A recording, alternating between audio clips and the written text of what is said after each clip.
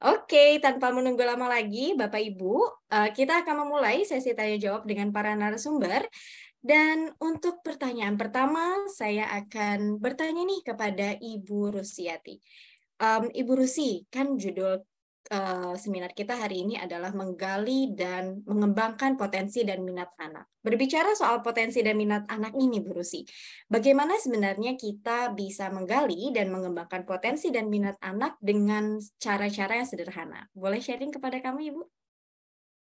Oke, terima kasih. Senang sekali ya bisa berbagi. Kalau yang saya akan berikan ini, tipsnya ini mungkin bisa dipraktekkan oleh orang tua, guru, pendidik, atau mungkin juga nanti anak-anak sendiri ya, gitu ya. Jadi saya akan coba bagikan layar ya, Kak Uca. Silakan, Ibu. Jadi sorry. Oke, yang pertama sebetulnya kita bisa melakukan kegiatan observasi gitu ya lewat kegiatan sehari-hari anak-anak kita. Jadi kalau kita sehari-hari mungkin kalau anak-anak yang lebih kecil gitu ya, mereka kan juga sudah punya kegiatan-kegiatan yang mereka lakukan ya, baik itu kegiatan yang berkaitan dengan kegiatan sekolah maupun kegiatan sehari-hari hobi di rumah. Ya, jadi lewat interaksi dalam berbagai kegiatan sehari-hari, kita nanti akan bisa menemukan ya hal-hal yang biasanya menjadi perhatian, ketertarikan, ya. Lalu juga kemudian apa yang menjadi pikiran-pikiran anak-anak kita.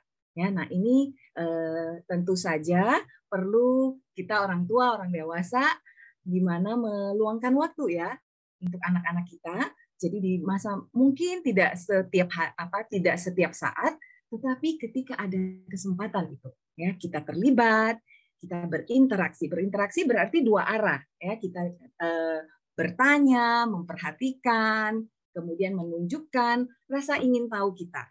Ya ini sangat penting karena kadang-kadang kita membawa minat kita masing-masing.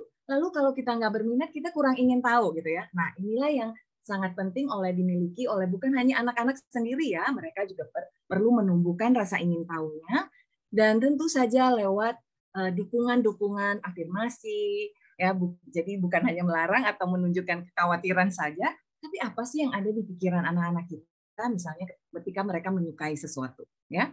Kita ambil contoh dulu ada anak-anak kita yang sangat senang sekali dengan musik-musik K-pop gitu ya. Coba kita amati apa sih yang membuat mereka senang ya. Dan saya waktu itu sempat ngobrol dengan anak-anak murid saya ya. Dan di balik cerita-cerita mereka saya menemukan ada value ya, ada hal-hal yang sangat mendasar ya yang bisa kita pelajari juga sebagai orang dewasa. Ya, jadi dukungan ini sangat penting, rasa ingin tahu ini sangat penting, bukan hanya nantinya kita menjadi lebih paham ya apa saja ketertarikan anak-anak kita, kemampuan mereka, tapi juga membangun koneksi. Jadi nyambung ya, dan membangun koneksi ini juga kemudian akan membangun rasa percaya. Dan ini semua adalah modal kita untuk berkomunikasi selanjutnya. Kalau kita sudah bisa membangun koneksi, rasa percaya, kemudian ketika nanti kita ingin mendorong mereka untuk bisa mengeksplorasi lebih lanjut, mengambil kesempatan ya yang ada saat ini bukan hanya di sekitar kita saja, bahkan lewat dunia digital kita punya banyak sekali kesempatan untuk bisa mengeksplorasi potensi kita, seperti anak teman-teman kita, anak-anak kita, adik-adik kita mengikuti kegiatan-kegiatan yang diadakan oleh Mentari maupun berbagai institusi lain di luar sana. Ini tentunya akan menambah kesempatan mereka untuk tahu dan sekaligus mengembangkan potensi dan minat mereka. Dan tentu saja tidak lupa untuk itu semua kita perlu menciptakan kolaborasi. Kita nggak bisa sendiri. Ibu sendiri akan lebih baik jika bisa bekerja sama dengan bapaknya bisa bekerja sama dengan ibunya, anggota keluarga yang lain, ya. Lalu kemudian tentu saja masyarakat, komunitas, sehingga anak-anak kita bisa menemukan teladan, mentor dalam kehidupannya untuk mengembangkan dirinya lebih lanjut. Itu mungkin pembukanya Kak Ocha. Siap, wow. Terima kasih Bu Rusi sudah sharing ya. Tadi sudah menyampaikan, luangkan waktu, ekspresikan rasa ingin tahu, dan juga tentu ya kita memberikan kesempatan kepada anak-anak kita untuk mengikuti kegiatan-kegiatan yang kreatif ya, Bu Rusi ya. Dan berbicara soal kegiatan kreatif nih, kali ini saya ingin bertanya kepada Kak Panji, karena Kak Panji ini adalah pendiri dari Istana Belajar Anak Banten. Kak Panji, boleh dong cerita ke kami sebenarnya apa itu Istana Belajar Anak Banten dan apa yang memotivasi Kak Panji untuk mendirikan Isbanban, Kak? Terima kasih Kak Ocha. Selamat pagi Bapak dan Ibu serta semua. Ini seru banget di pagi-pagi, udah luar biasa. Kak Ocha tadi tanya, sebenarnya Istana Belajar Anak Banten itu apa sih? Gitu ya. Istana Belajar Anak Banten kalau disingkat tuh Isbanban, Kak Ocha dan Bapak Ibu teman-teman semua.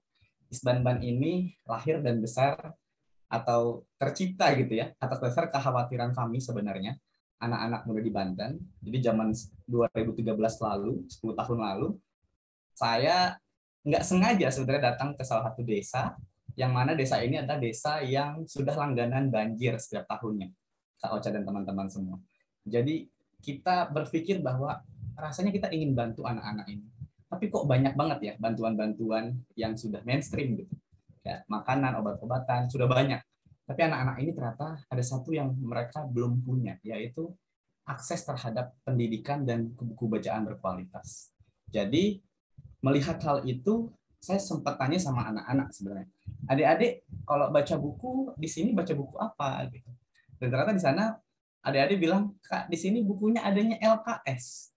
LKS itu bukannya lembar kerja siswa ya, itu kan buku tugas. LKS itu adalah LKS yang sering dibaca setiap hari sama anak-anak. Mereka bilang saya bisa mengerjakan tugas di sana. Saya tanya, buku bacaan ada nggak anak-anak? Nggak ada, Kak. Jadi hari itu saya membawa buku-buku bacaan untuk anak-anak, seperti buku-buku bacaan dari Mentari seperti ini, teman-teman. Nah, kelihatan, aduh, tidak terlihat karena ini ada background ya. Gitu. Jadi saya bawa buku bacaan anak-anak dan mereka sangat tertarik. Akhirnya 1 bulan kita melakukan satu gerakan di mana kita ingin bangun taman baca sederhana buat anak-anak di daerah yang terkena banjir tersebut. Alhamdulillah taman bacanya berdiri dan mereka bisa belajar dan bermain serta membaca buku-buku berkualitas. Karena mereka sebenarnya bukan nggak mau baca buku, mereka tuh nggak punya buku bacaan berkualitas. Lebih tepatnya ke sana. Akhirnya Isbanban berdiri dan nama pertama Isbanban itu sebenarnya adalah nama Taman Baca, Kak Ocha dan teman-teman. Istana Belajar Anak Banten adalah nama taman bacanya Isbanban. Jadi cerita singkatnya seperti itu. Pada akhirnya kita melakukan sebuah gerakan dan dijadikanlah sebuah organisasi yang isinya adalah anak-anak muda yang ada di Banten. Ini adalah anak-anak muda lokal yang punya visi, misi, dan juga semangat kontribusinya untuk membantu pendidikan adik-adik yang ada di daerah pedesaan. Kami berkumpul, akhirnya lama-lama kami melakukan banyak program yang kita inisiasi melalui Taman Baca dan juga akhirnya ada beasiswa-beasiswa yang kita buat untuk membantu anak-anak bisa masuk atau melanjutkan ke jenjang yang lebih tinggi. Hari ini sudah ada 200 lebih anak-anak yang kita berikan beasiswa sampai ke tingkat universitas dan luar biasa sekali banyak sekali anak-anak yang akhirnya bisa masuk universitas-universitas terbaik di Indonesia hasil dari penggalangan dana seluruh masyarakat publik untuk membantu adik-adik kita yang ada di daerah pedesaan di Banten. Dan itulah Isbanban atas dasar keinginan kita kuat sekali untuk membantu pendidikan, khususnya akses pendidikan. Begitu Kak Ocha. Wow, luar biasa. Berarti Isbanban sudah berapa tahun ya Kak Panji? Dari 10 tahun Kak, dari 2013. Wow, sudah 10 tahun, 1 dekade, luar biasa ya. Dan tadi kita tepuk tangan dulu untuk Kak Panji dong, luar biasa dedikasinya untuk anak-anak di Banten dan juga memberdayakan para pemuda di Banten ya. Tadi ternyata Isbanban itu sudah tersedia taman bacaan ya Kak ya, dan sudah alhamdulillah menyediakan beasiswa-beasiswa juga untuk para anak-anak di Banten. Nah Kak, sebenarnya kalau di Isbanban itu aku jadi pengen tahu nih, apakah memang ada kegiatan rutin pertemuan dengan anak-anak di Banten? Dan kalaupun memang ada, apakah seperti apa kegiatan-kegiatannya? Tentu kan itu kegiatan berarti kegiatan di luar sekolah ya. Kegiatan-kegiatan kreatifnya seperti apa? Mungkin bisa sharing bersama kami Kak. Jadi barangkali para orang tua dan pendidik di sini juga bisa mencatat nih, mencuri istilahnya, mendapatkan inspirasi ide dari Kak Panji kegiatan-kegiatan yang ada di Isbanban. Baik, terima kasih Kak Ocha, Bapak Ibu dan teman-teman semua. Kegiatan yang kami lakukan di Isbanban biasanya kita lakukan setiap hari Minggu. Jadi hari Minggu itu kami ada satu kegiatan bernama Minggu Belajar. Nah, banyak kegiatan kreatif yang kita lakukan, yang mungkin bisa, kalau kata Kak Ocha bilang tadi, bisa curi-curi nih untuk dilakukan di rumahnya Bapak Ibu dan teman-teman semua nih. Kalau ada teman-teman mahasiswa mungkin buat adiknya, Bapak Ibu untuk anak-anaknya ya. Nah, mungkin ada sedikit cuplikan, mungkin sekitar 40 detik untuk ngelihat bagaimana cuplikan kelas Minggu Belajar di Isbanban.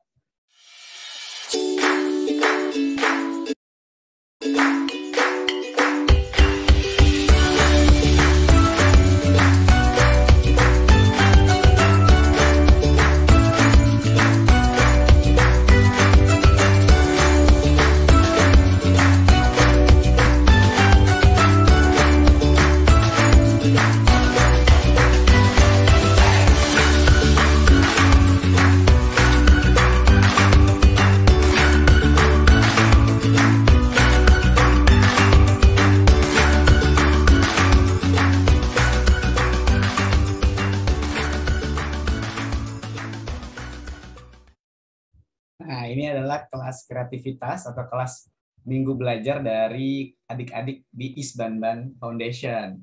Nah, mungkin apa sih yang bisa dilakukan oleh kakak atau bapak ibu semua di rumah? Kami punya satu bocoran kecil, ya, siapa tahu bisa dilakukan di rumah. Namanya ada eksperimen sains. Karena ini yang dilakukan di Isbanban yang paling membuat anak-anak tertarik. Jadi kalau kita bilang, adik-adik kita akan ada eksperimen sains gitu. Jadi mereka kumpul, mereka langsung pengen mencoba. Nah, sedikit kasih beberapa hal tentang eksperimen sains balon mengembang tanpa ditiup. Nah, mungkin ini bisa dilakukan oleh Bapak Ibu dan teman-teman. Yang pertama nih, teman-teman dan Bapak Ibu semua, bahan-bahannya simpel, yang ada di rumah bahkan ya. Yang pertama adalah balon warna-warni tentunya, karena kita membuat balon mengembang. Yang kedua, botol bekas, apapun. Yang ketiga, cuka, soda kue, pewarna, dan juga corong. Nah, bahan-bahan ini Bapak Ibu bisa ambil atau bisa siapkan untuk membuat eksperimen. Eksperimen tahap pertama adalah coba Bapak Ibu dan teman-teman semua masukkan soda dalam balon menggunakan corong supaya nggak acak-acakan ya.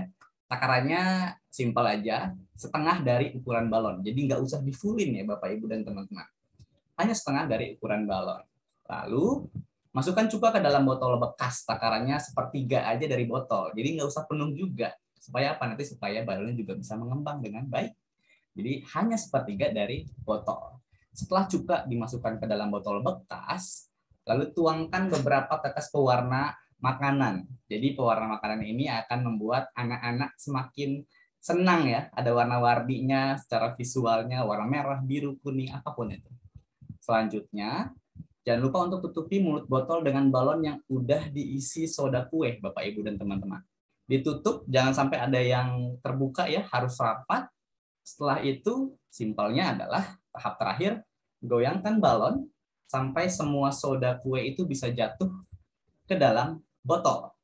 Jadi digoyangkan, semuanya akan turun ke botol soda kuenya, bercampur dengan cuka, dan pada akhirnya balon bisa mengembang. Nah, ini mungkin akan menjadi satu hal yang menarik buat anak-anak kita di rumah, Bapak dan Ibu, dan teman-teman semua. Dan bisa dijelaskan kepada anak-anak kita bahwa cuka dan soda kue tadi yang bergabung ini menjadi gelembung karbon dioksida, yang akhirnya ngebuat balon ini jadi mengembang. Ini tips sedikit mungkin buat ide kreatif di rumah nih, Kak Ocha. Terima kasih. Wow, seru banget. Dan tadi bahan-bahannya sangat mudah ditemukan ya, apalagi di dapur ya, Kak Panji ya. Jadi habis ini nih, sore nanti Bapak Ibu bisa nih langsung ke dapur, kumpulkan bahan-bahannya, dan bisa eksperimen bareng anak-anaknya ya. Seru banget. Wah, saya ngelihatnya jadi pengen coba sendiri nih. Ya, dicoba, Kak. Oke. Thank you Kak Panji udah sharing ke kami nih. Sudah ada ide kreatif tadi ya, meniup balon. Apa sih? Balon menggembung tanpa ditiup ya. Tanpa ditiup, betul. Betul, dan tentu saja itu akan merangsang ingin tahu anak, kok bisa ya balonnya mengembang tanpa ditiup seperti itu.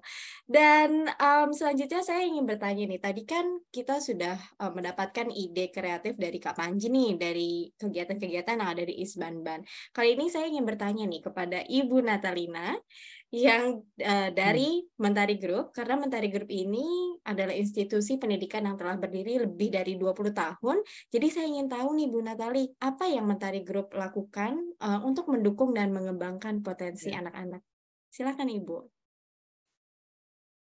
Baik, terima kasih Kak Ocha. Selamat pagi sekali lagi Bapak dan Ibu, orang tua, dan saya lihat banyak adik-adik ya yang ikut juga bergabung di sini. Halo adik-adik, selamat pagi. Senang sekali bisa bertemu adik-adik loh, mau ikut di seminar pagi-pagi. Wow, keren. Baik, seperti tadi Kak Ocha sampaikan, ya Mentari Group memang sudah berdiri 22 tahun ya di bidang pendidikan. Memang visinya tuh tidak pernah berubah, menjadi kontributor aktif di dunia pendidikan untuk membangun SDM. Nah, kami terpanggil kira-kira pasca pandemi ini. Jadi kita flashback sedikit lagi Bapak dan Ibu ya, bahwa waktu pandemi kan semua lockdown dan kita setiap hari education consultant kita berkunjung ke sekolah, tetapi mereka tidak bisa melakukan banyak pembelajaran. Semua itu kita dapatkan inputnya dari para guru, para orang tua. Kok tidak ada kegiatan lain yang cukup bermanfaat yang bisa mengisi waktu luang mereka. Akhirnya Mentari kami memikirkan berbagai ide yang di mana bisa dibagikan ke anak-anak. Ya, yaitu dengan berbagai kegiatan ini, izinkan saya berbagikan dalam layar ini ya. Kak Ocha bisa melihat sekarang? Saya bisa melihat Ibu. Oke, nah Bapak dan Ibu, bagaimana apa yang kita lakukan lewat program Pelajar Berkreasi. Saya sedikit cerita sedikit, jadi 3 tahun lalu ya, 2019, di mana kita terpanggil untuk melakukan program Pelajar Berkreasi ini, yang di mana saat itu kita ingin memberikan suatu kegiatan yang kreatif, tapi juga inovatif, dan juga bisa dilakukan secara online.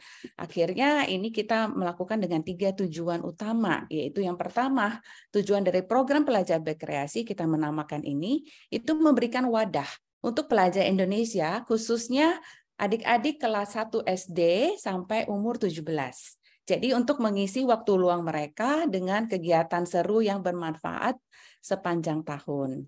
Nah, tujuan kedua, kita ingin menumbuhkan motivasi diri, menggali potensi, dan juga dengan demikian kita berharap bisa anak-anak timbul minatnya, timbul bakatnya, dan juga bisa mempertajam dan memberikan apa ya, kira-kira dia sukanya di mana sih, potensinya di mana gitu ya. Nah, untuk itu makanya Pelajar Berkreasi berfokus kepada 4 hal Kak Ocha dan Bapak dan Ibu. Di bidang literasi, numerasi, dan kita selalu berfokus kepada higher order thinking skill atau kemampuan bernalar tinggi, dan juga kepada 4C, skill komunikasi, critical thinking, kreativitas. Harus ada kolaborasi juga, dan juga communication skill ya. Nah, boleh saya share sedikit lagi Kak Ocha, bahwa ini memasuki tahun ketiga. Tahun pertama kita mempunyai ragam 5 kegiatan yang diikuti lebih dari 2.300-an peserta. Kita berfokus pada literasi, ada lomba bercerita, ada tentang karakter, koki cilik ya. Kita juga ada bercerita dalam bahasa Mandarin. Jadi itu sesuatu yang belum pernah ada, tapi Mentari Group lakukan. Dan yang setiap tahun kita lakukan yaitu Mentari Matematik Olimpiad. Dan yang tidak kalah penting, kita juga pada masa pandemi itu kita merasa guru-guru juga sangat bekerja keras. Guru juga punya banyak sekali cerita inspirasi. Makanya kita juga ada mengumpulkan karya-karya penulisan inspirasi dari guru, bagaimana mereka mengajar ke kelas, dan kita kumpulkan 15 karya yang sangat inspiratif dalam buku Di Gugu dan Ditiru. Dan ini dapat dibeli juga untuk Bapak dan Ibu guru yang hadir di pagi hari ini. bisa menghubungi kami jika membutuhkan buku di Gugu dan ditiru ini. Nah, ini tahun kedua kita mengadakan 4 rangkaian kegiatan. Kita berbuat kegiatan yang berbeda. Ada English storytelling dan juga speech contest. Tadi mungkin yang ikut dari pagi bisa lihat ada berbagai speech contest yang sudah kita tampilkan berupa video tadi ya, Bapak dan Ibu. Nah, di tahun ketiga kita ada 5 rangkaian kegiatan yang sudah kita lakukan, yaitu kompetisi dalam berupa gambar. Jadi dia tidak hanya menggambar, tapi juga menuliskan cerita tersebut. Jadi itu sangat menarik, diikuti lebih dari 500-an lebih siswa. Oh ya, Bapak dan Ibu, saya ingin sampaikan juga kenapa Mentari Group mengadakan Pelajar Berkreasi ini supaya semua adik-adik dari seluruh Indonesia bisa ikut. Contohnya di acara lomba yang kedua ini, yaitu lomba lagu Anak Indonesia Hebat, itu diikuti oleh adik-adik dari 33 kota. Banyak sekali permata-permata, karena anak-anak itu semua punya bakat dan talenta yang luar biasa. Jadi kita ingin membuka kesempatan juga kepada adik-adik, ada yang peserta dari Mataram, dari Kupang, dari Palu, dari Papua, dari Aceh, semua kota yang rasanya jarang kita temuin dan kita dengar namanya, bahkan mereka mengirimkan karyanya. Itu luar biasa. Nanti saya tampilkan dalam video ya, supaya kita bisa lebih memahami bersama. Nah, hari ini kita juga ingin mengajak para orang tua untuk bisa mendengarkan bersama kegiatan kreatif apa sih yang terus kita dukung dan bisa berikan ke siswa kita dan murid kita atau buah hati kita. Nah, yang terakhir ini seperti tadi saya sampaikan dalam bentuk video ya, Kak Ocha. Mari kita saksikan bersama tentang kegiatan kreatif yang baru-baru saja kita lakukan. Lagu Anak Indonesia Hebat ditulis oleh anak-anak dan dinyanyikan oleh anak-anak.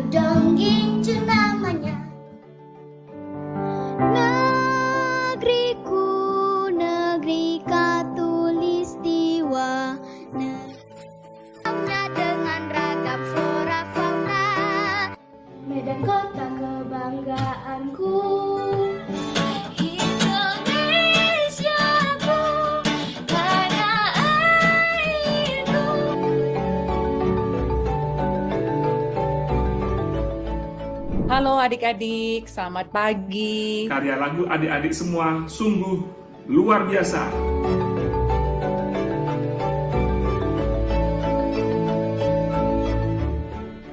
Halo teman-teman seluruh Indonesia, ayo berkarya. Jangan berputus asa kalau belum menang. Halo teman-teman, terus berkarya ya. Jangan patah semangat dan hasil yang kalian sudah buat bisa menjadi hasil yang memuaskan.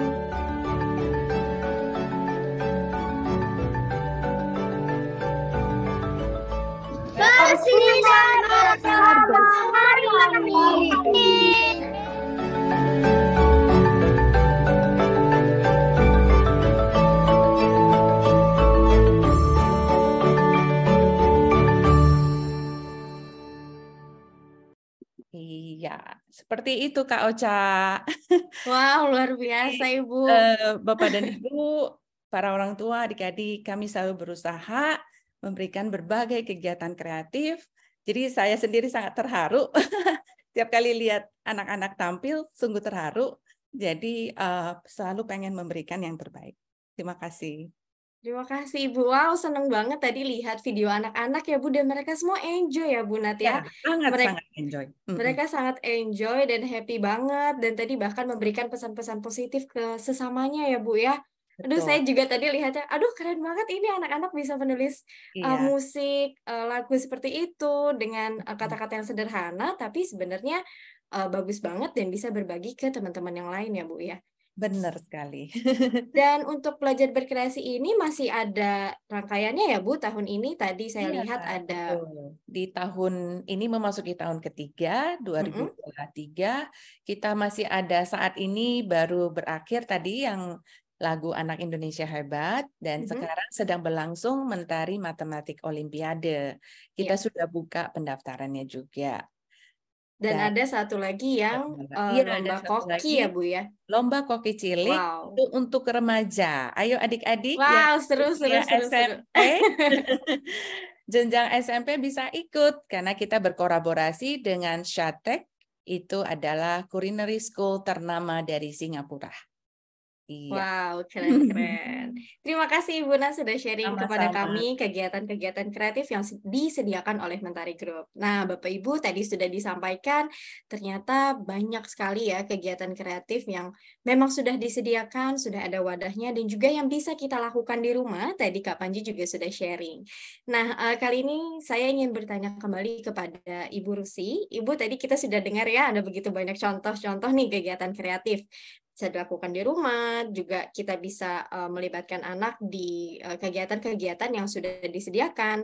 Nah, sebagai pemerhati pendidikan Ibu, bagaimana Ibu melihat dampak positif dari keterlibatan anak-anak nih dalam berbagai kegiatan kreatif di luar sekolah terhadap pengembangan potensi dan minat anak, Bu? Bu Rusi, suaranya masih Masih di mute, ya.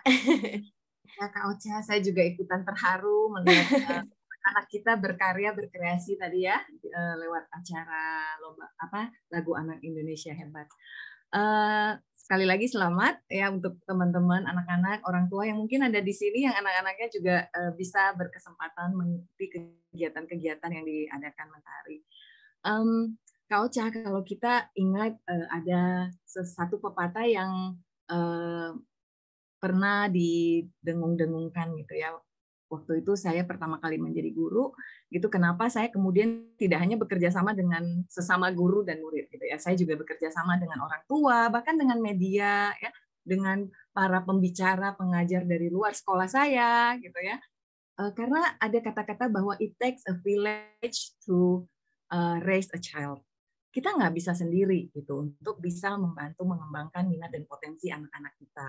Jadi sebisa mungkin menggunakan kesempatan seperti tadi yang diperlihatkan lewat video, bahwa anak-anak kemudian bisa mendapatkan kesempatan yang luar biasa bertemu dengan mentor-mentor, pelatih hebat ya.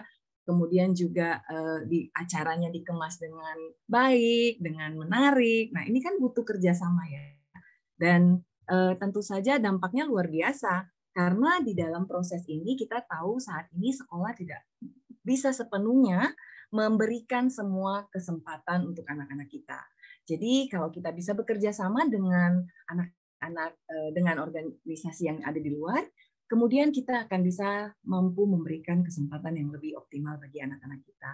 Karena sesungguhnya pendidikan ini kan bukan hanya tentang bagaimana mereka bisa mendapatkan selembar ijazah, ya, tapi di dalam proses belajar itu mereka bisa mendapatkan kesempatan untuk mengembangkan kompetensi, ya tadi ada literasi, numerasi, 4C, ya, kemampuan berkomunikasi, berkolaborasi, mengasah keterampilan berpikir tingkat tinggi, ya, lalu juga karakter-karakter, tidak mudah menyerah, mau mencoba hal baru, tidak mudah mungkin dan kemudian dia harus menembus keterbatasan, memecahkan masalah. Nah, ini kan sebuah pengalaman hidup yang sangat penting yang ingin kita berikan kepada anak-anak kita, bahwa belajar itu bisa menyenangkan sekaligus bermakna. Nah, inilah yang kita harapkan dengan berbagai kesempatan yang ada, yang sangat penting kita sebagai orang tua dan orang dewasa melihat bagaimana mereka bisa menjalani proses belajar yang menyenangkan sekaligus bermakna. Nah, jadi kalaupun tidak menang, kalaupun kalah, ya, kalaupun masih baru gitu ya, yang lain sudah jago-jago, gitu, tapi kita punya pengalaman sehingga inilah yang diharapkan anak-anak kita bisa menjadi pembelajar sepanjang hayat. Seperti Kak Ocha, ya, jadi pembawa acara juga terus belajar. Kita yang jadi orang tua juga terus belajar. Nah, ini kan modal yang sangat penting ya untuk anak-anak kita dapatkan. Jadi banyak berkarya, banyak belajar, banyak mencoba. Itu sih Kak Ocha dari saya. Baik, terima kasih Ibu Rusi. Itu ya Bu ya, saya mendapatkan kata kuncinya itu belajar sepanjang hayat ya Bu ya. Jadi tidak berhenti hanya belajar di sekolah aja, tapi kita juga bisa mendapatkan begitu banyak pengalaman bermakna, baik orang tua maupun anak-anak ya Bu, bukan hanya anak-anak saja, pengalaman bermakna melalui kegiatan-kegiatan kreatif, dan kita harus melihat dari sisi prosesnya seperti itu. Terima kasih Ibu Rusi atas sharingnya, dan mungkin dari Bapak Ibu, kita sudah bisa ada sesi tanya jawab nih. Apabila Bapak Ibu hendak bertanya kepada para narasumber, silakan dapat menggunakan fitur raise hand atau menuliskan di chat box. Silakan pertanyaannya ditujukan kepada siapa dan pertanyaannya apa. Silakan Bapak Ibu, apabila ada pertanyaan, kita berikan kesempatannya saat ini. Mungkin ada yang ingin tahu lebih banyak terkait kegiatan-kegiatan di Isbanban. Tadi sudah ada satu contoh ide kreatif. Mungkin ada yang mau tahu nih ide kegiatan-kegiatan lain. Atau ada pertanyaan kepada Ibu Rusi maupun Ibu Natalina, silakan. Atau kalau Kak Ocha, mungkin ada orang tua yang sepakat dengan apa yang kami sampaikan juga boleh berbagi. Betul. Ya. Saling menguatkan, mungkin pengalamannya berkaitan dengan tadi kok hal-hal yang sudah kami sampaikan, juga silakan berbagi, menguatkan kita di sini. Betul, betul sekali Ibu. Mungkin ada yang ingin sharing pengalamannya, anak-anak mengikuti kegiatan atau mengafirmasi statement-statement yang sudah disampaikan oleh para narasumber. Baik, ini sudah ada pertanyaan dari Miss Jatu. Untuk anak-anak yang langsung berkecil hati dan marah bila kalah dalam mengikuti perlombaan, apakah anak tersebut sebaiknya harus terus diikutsertakan dalam perlombaan atau bagaimana? Mungkin ini bisa dijawab oleh Ibu Rusi. Mungkin Ibu, silakan Ibu. Oke, jadi Bu Jatu ya, Pak Jatu. Miss Pak Jatu. Ya, Miss Jatu. Ya. Baik, ini sering saya jumpai ya pertanyaan seperti ini ya. Jadi kalau kita dulu melihat historinya kenapa lomba itu sering dilakukan dalam proses belajar, ini sebenarnya karena dulu mindset kita berpikir bahwa kalau anak-anak dilombakan itu akan muncul motivasi dirinya. Nah, seiring perjalanan kita melihat bahwa kegiatan lomba ini harus dirancang bukan semata-mata dengan cara mencari ranking 1, ranking 2 gitu ya. Tetapi adalah proses dia belajar hal baru, ya, proses dia mengetahui potensi dirinya, lalu kemudian dia mengasahnya. Jadi bukan soal menang kalah. Nah, ini yang sangat penting diberikan pemahamannya. Pemahaman ini sangat penting diberikan kepada anak-anak kita sehingga orang tua bukan menekankan menang atau kalahnya. Ya, jadi anak-anak tetap termotivasi untuk punya pengalaman baru, ketemu teman baru, lihat karya orang lain. Ini yang harus diekspos, ya, bukan berfokus kepada bagaimana dia diri sendiri belajar untuk mengalahkan orang lain, gitu ya. Nah, kalau pesan itu sampai, ya seperti nanti Kak Panji juga akan cerita pengalaman-pengalaman ya, tidak menang pun, tapi ada pengalaman berharga yang bisa dilihat anak kita.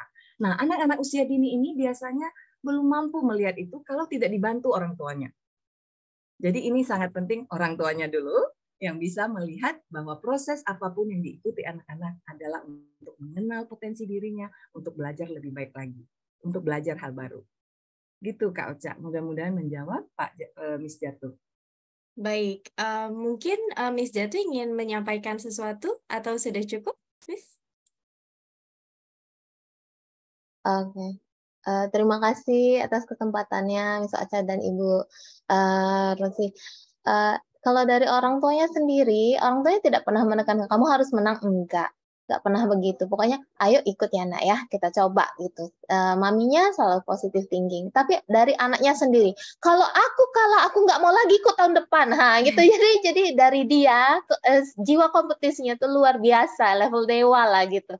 Nah, jadi berkali-kali lah dia ikut dan seringkali dia kalah. Jadi kadang dia langsung merajuk, langsung marah gitu. Jadi ini gimana nih Miss? Udah nggak apa-apa Ibu ikutkan aja lagi tahun depan. Karena kita merasa kalau berhenti di situ aja dia nggak pembelajaran dia untuk menerima kekalahan itu akan berhenti dan tidak akan grow gitu. Kita pikirannya begitu. Jadi apakah yang kami pikirkan itu sama? Apakah sudah benar atau bagaimana itu? Saya tambahkan, boleh Kak Ocha? Silakan Ibu Rusi. Jadi Miss Jatu, ini memang satu hal yang harus kita sama-sama cermati ya, kita mendekati anak kita. Jadi yang pertama memang ketika anak-anak mengikuti sebuah kegiatan, ya di luar sana memang banyak sekali kegiatan-kegiatan lomba, ya yang penting adalah menang kalah. Pesan itu yang sangat kuat. Dan itu bukan karena anak itu bersaing tingkat dewa ya, mungkin juga di-raise hidup tumbuh dalam lingkungan seperti itu, ada dibanding-bandingkan gitu ya, selalu membandingkan diri dengan orang lain. Tapi lupa bahwa kemarin kamu sudah bisa seperti ini, coba besok bisa seperti apa lagi. Jadi kadang-kadang kita lupa menanamkan bahwa sebuah proses belajar adalah menjadi lebih baik tentang diri kita. Bukan tentang bagaimana saya mencapai lebih dari orang lain. Nah, saya lihat ada beberapa lomba yang kemudian jelas bahwa ini ya ada standar, kalau kalian bisa mencapai skor ini, maka kalian masuk dalam kelompok itu. Nah, ini tidak hanya satu anak, ya, tapi dia tahu anak-anak yang bisa memasuk, misalnya katakanlah mendapat emas misalnya, itu karena ada skor yang dia berhasil capai. Dan disitulah ketika anak-anak itu tidak berhasil, ajak refleksi. Ayo coba, gimana? Tentu saja harus dalam suasana yang nyaman, anak-anak juga didukung. Karena kalau anak-anak sudah dalam posisinya sedih, kecewa, mungkin sulit diajak ngobrol. Tapi coba ya, tidak juara pun coba. Apa hal baik yang sudah kamu lakukan? Apa yang masih bisa kamu tingkatkan lagi? Nah, ini adalah refleksi yang juga satu paket dengan proses mengikuti kegiatan seperti itu, Miss Jatu. Ya, jadi mudah-mudahan mindset anak-anak kita bukan hanya sekedar ikut kegiatan untuk menang atau kalah, tetapi belajar, berkarya, berkreasi. Demikian, Miss Jatu.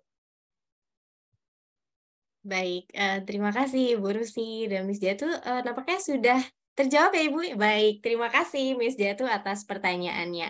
Dan selanjutnya, baik, kita ada yang raise hand ini. Kak Panji, Bu Rusi, dan Bu Nat, boleh kepada Bapak atau Ibu Rizky, silakan mungkin dapat menyalakan videonya terlebih dahulu, lalu menyampaikan pertanyaannya seperti apa dan ditujukan kepada siapa. Halo, selamat pagi. Selamat pagi. Ya, Ibu. saya mau bertanya ke Ibu narasumber ya, boleh siapa aja deh. Silakan. Ya, sejak usia berapa sebaiknya anak sebagai orang tua kita mengenali potensi diri pada anak, ya, dia punya bakat dan sebagainya, sejak usia berapa kita bina, ya, kita kenali. Terus bagaimana dengan karakteristik anak yang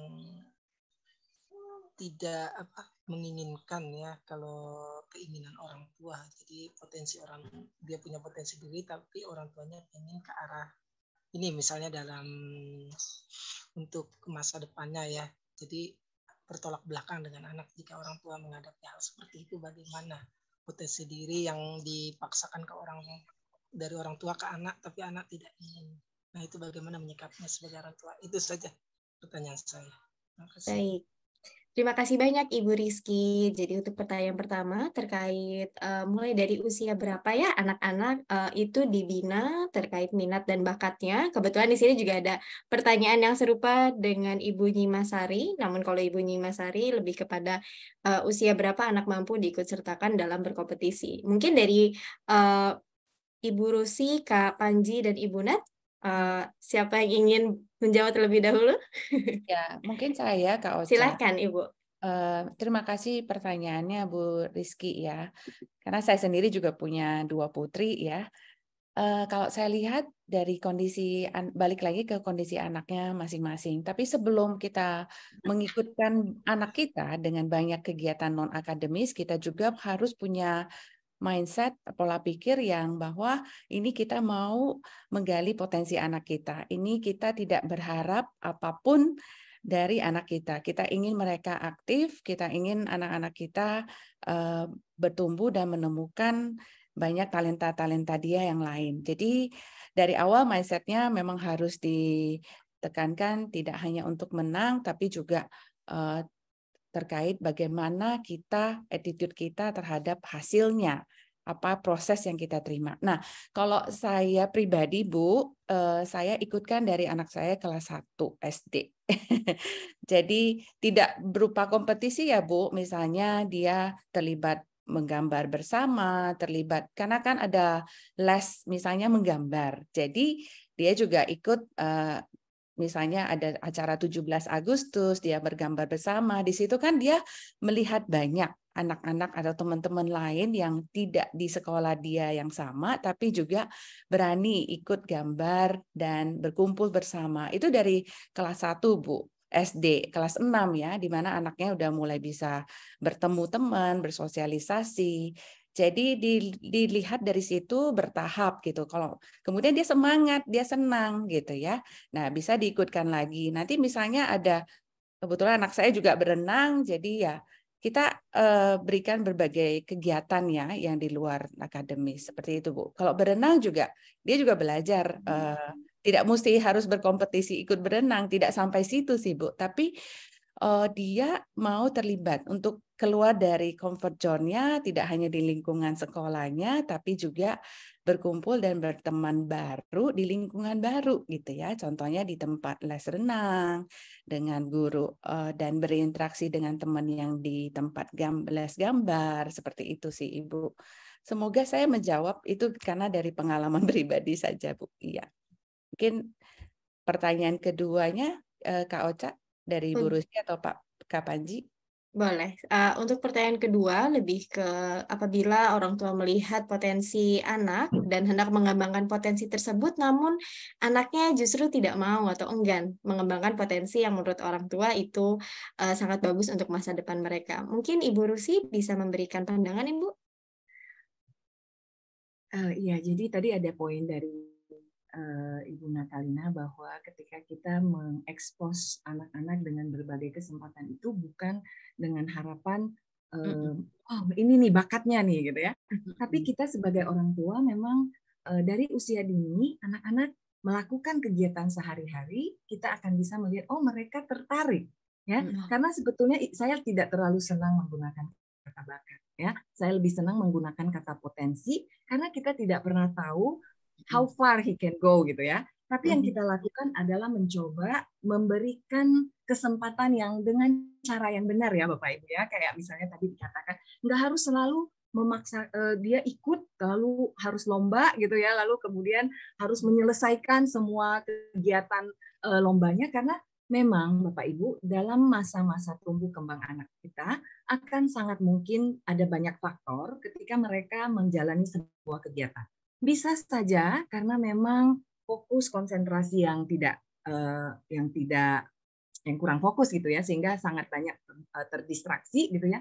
Tapi juga ada yang namanya suasana belajarnya ya. Jadi kalau kita lihat tidak semua kegiatan, misalnya katakanlah tadi les gambar itu menyenangkan ya. Ada juga yang cara mengajarnya sangat berdasarkan sudut pandang orang dewasanya ya, karena mau dilihat bagus malah yang lebih sibuk adalah orang dewasanya gitu ya. Jadi kita memang sangat penting melihat bagaimana proses belajar yang menyenangkan. Mungkin sedikit tips yang tadi dikatakan bahwa gimana sih proses belajar yang menyenangkan. Yang pertama adalah ada suasana kolaborasi.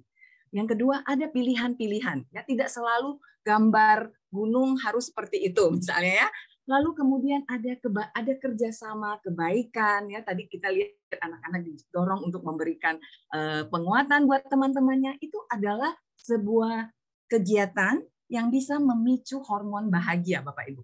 Ya, apalagi kegiatan kreatif ya, seni, bermain drama, bermain musik, ada banyak sekali. Nah, ini kembali memang setiap anak berbeda-beda.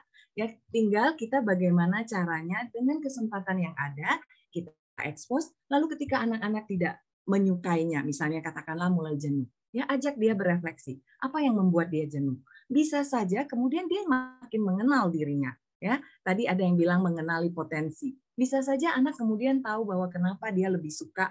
Mungkin sama-sama kegiatan menggambar, tapi bukan menggambar jenis misalnya katakanlah menggambarkan banyak macam gitu ya.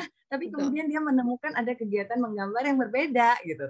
Nah, kita memang sangat penting tadi komunikasi ya supaya terjalin pemahaman yang sama sehingga membantu anak-anak kita untuk makin kenal dirinya. Dengan berbagai kesempatan yang dia peroleh, harapannya dalam perjalanannya nanti, dia akan semakin tahu apa yang diminatinya, apa yang bisa dilakukannya dengan baik, apa yang bisa dilakukannya dan senang dilakukannya, dan akhirnya bermanfaat bagi orang lain. Itulah yang kemudian bisa menjadi pilihan karir, ya, bisa menjadi kegiatan-kegiatan untuk di masa depannya. Itu sih, Kak Ocha, tambahan dari saya. Baik, terima kasih Ibu Rusi. Semoga cukup menjawab ya Ibu Rizky untuk pertanyaan-pertanyaannya. Baik, selanjutnya nih ada dari chat box dari Ibu Suci Wulansari. Saya ingin bertanya terkait Isbanban. Saya tertarik untuk mengikuti langkah Kak Panji.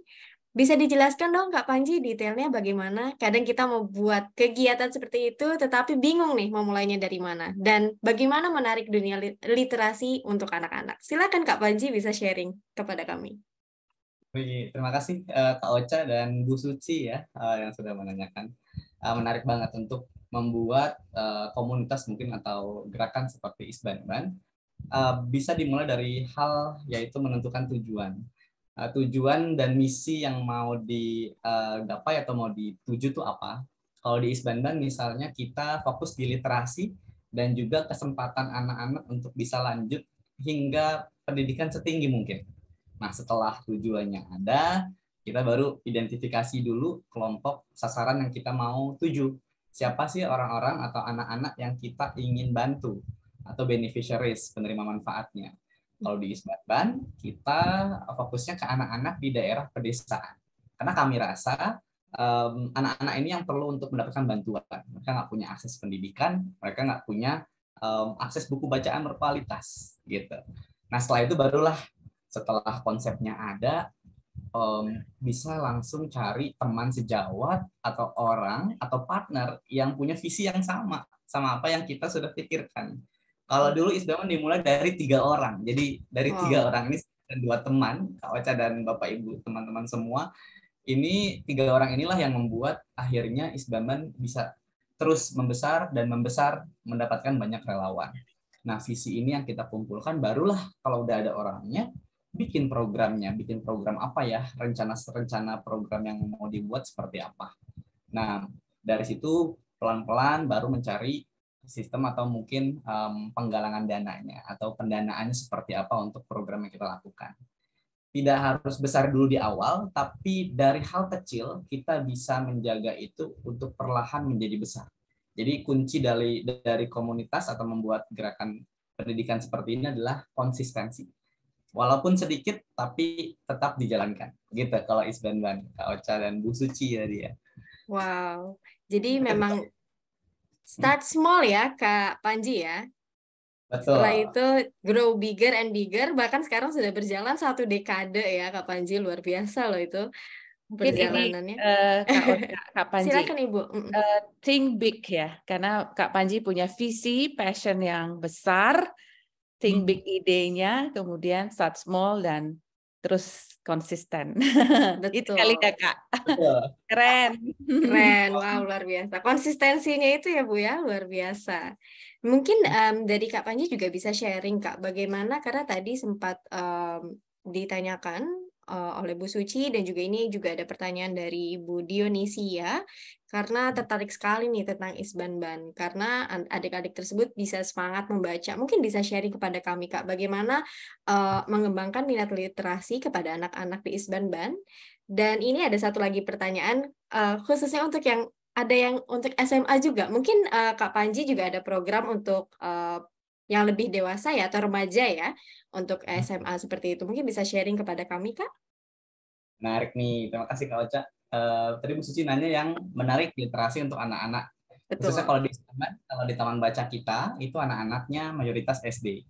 Nah, kalau anak SD ini, satu, kita perlu menyediakan pojok baca yang menarik buat anak. Kadang katanya di pojok itu nggak tahu kenapa membaca buku itu kayaknya menarik gitu ya, di pojok, di ujung. Jadi kita buat satu corner baca untuk anak-anak bisa membaca dengan tenang dan nyaman di sana. Dan kami membuat perpustakaannya atau tempat buku-bukunya itu sesuai dengan tingkatan usia. Jadi kalau yang paling bawah memang anak-anak yang usia dini gitu ya. Nanti makin dia agak tinggi, dia adalah anak-anak yang memang udah usia-usia kelas 5, kelas 6 SD. Nah, penempatan dan juga visualisasi tentang perpustakaan bacanya itu akan menarik minat anak-anak di pertama kali. Ketika mereka sudah memegang bukunya, maka dari itu tidak hanya cukup untuk dipegang saja. Kita sebagai kakak relawan, kalau di Isbanban kakak relawan dipanggil, kita perlu mencontohkan. Kita mencontohkan baik buat anak-anak dengan kita ikut membaca atau bahkan kita membacakan. Jadi setiap kita ada kegiatan kelas minggu belajar, Kak Ocha dan Bu Suci, kita selalu ada minimal 15 menit pertama adalah membaca buku bersama. Setelah itu baru kegiatan, pulangnya baru ada membaca buku lagi. Jadi 2 kali baca buku, satu kali ketemu di minggu belajar. Gitu. Wow. Terakhir sih kalau untuk anak-anak anak-anak gitu ya, kita paling banyaknya adalah libatkan untuk anak-anak ikut dalam membaca gitu. Intinya adalah ketika mereka sudah membaca, terus mereka bisa membacakan bukunya, jangan lupa untuk kasih apresiasi atau pujian, tuh mereka senang. Ih, pinter ya, udah baca buku di Taman Safari ini ya. Dan ada apa yang sudah adik-adik dapatkan dari buku itu, ntar mereka cerita, dan jangan lupa untuk diapresiasi. Itu untuk anak-anak nih, Kak Ocha. Tadi lagi dari Bu Dionisia ya. Bu Dionisia. Nah, ini untuk anak SMA. Ada nggak sih di Isbanban untuk anak SMA? Nah, kami selain anak-anak SD, ada juga anak SMA yang kami dampingi dalam program beasiswa, tapi kami juga ingin mendorong mereka untuk tetap suka dalam membaca dan juga mendorong literasi mereka. Jadi apa yang kita lakukan sebenarnya untuk anak-anak SMA ini, yang pertama adalah kita buatin namanya klub baca virtual. Kan anak-anak SMA suka ya baca virtual gitu, kita bikin Zoom dan kita ada klub baca virtual sama anak-anak Isbanban yang SMA ini. Jangan lupa untuk memilihkan buku yang relevan buat anak-anak SMA.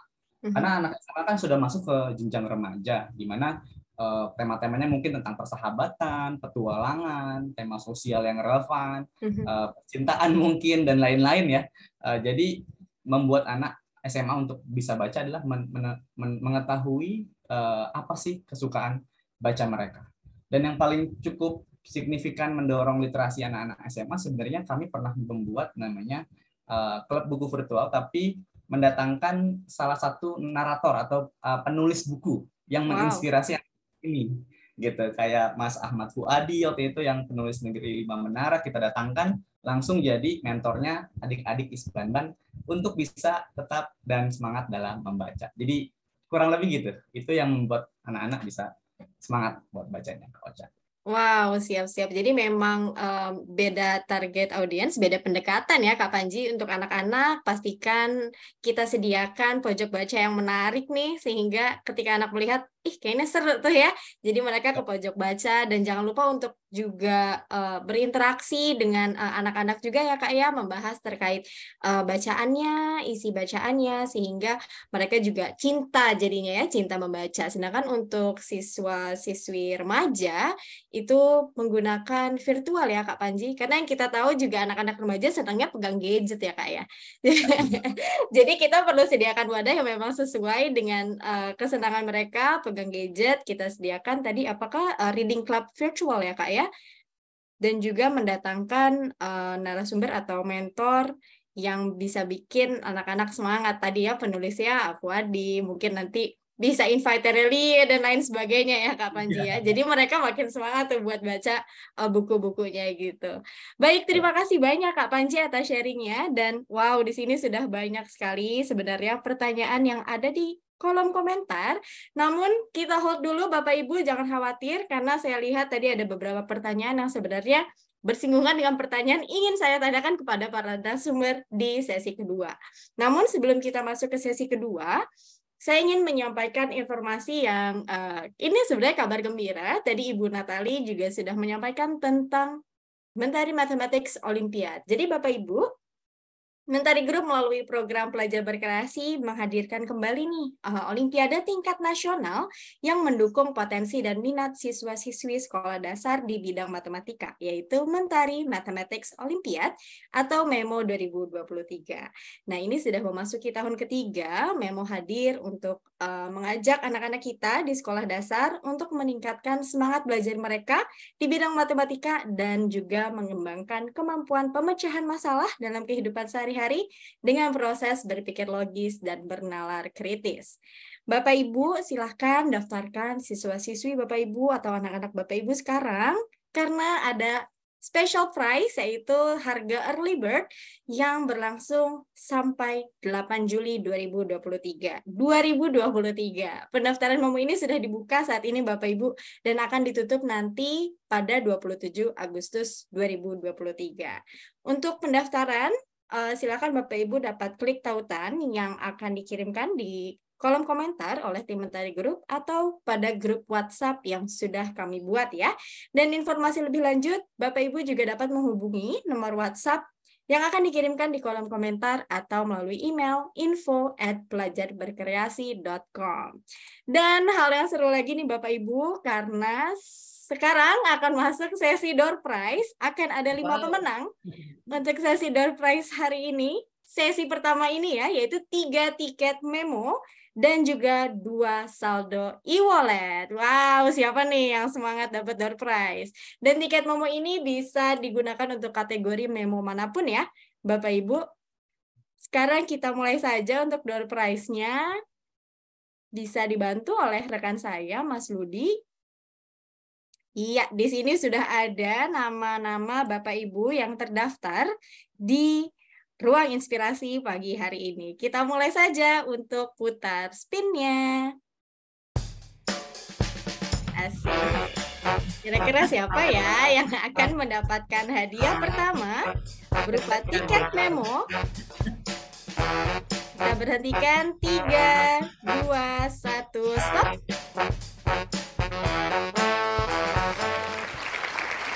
Selamat kepada Ibu Mega mendapatkan 1 tiket MEMO 2023. Dan selanjutnya kita lihat siapakah yang akan mendapatkan tiket MEMO yang kedua. Kita putar Wheel of Names-nya. Ayo, siapa ya kira-kira? Berdoa yuk Bapak Ibu. 3, 2, 1, stop.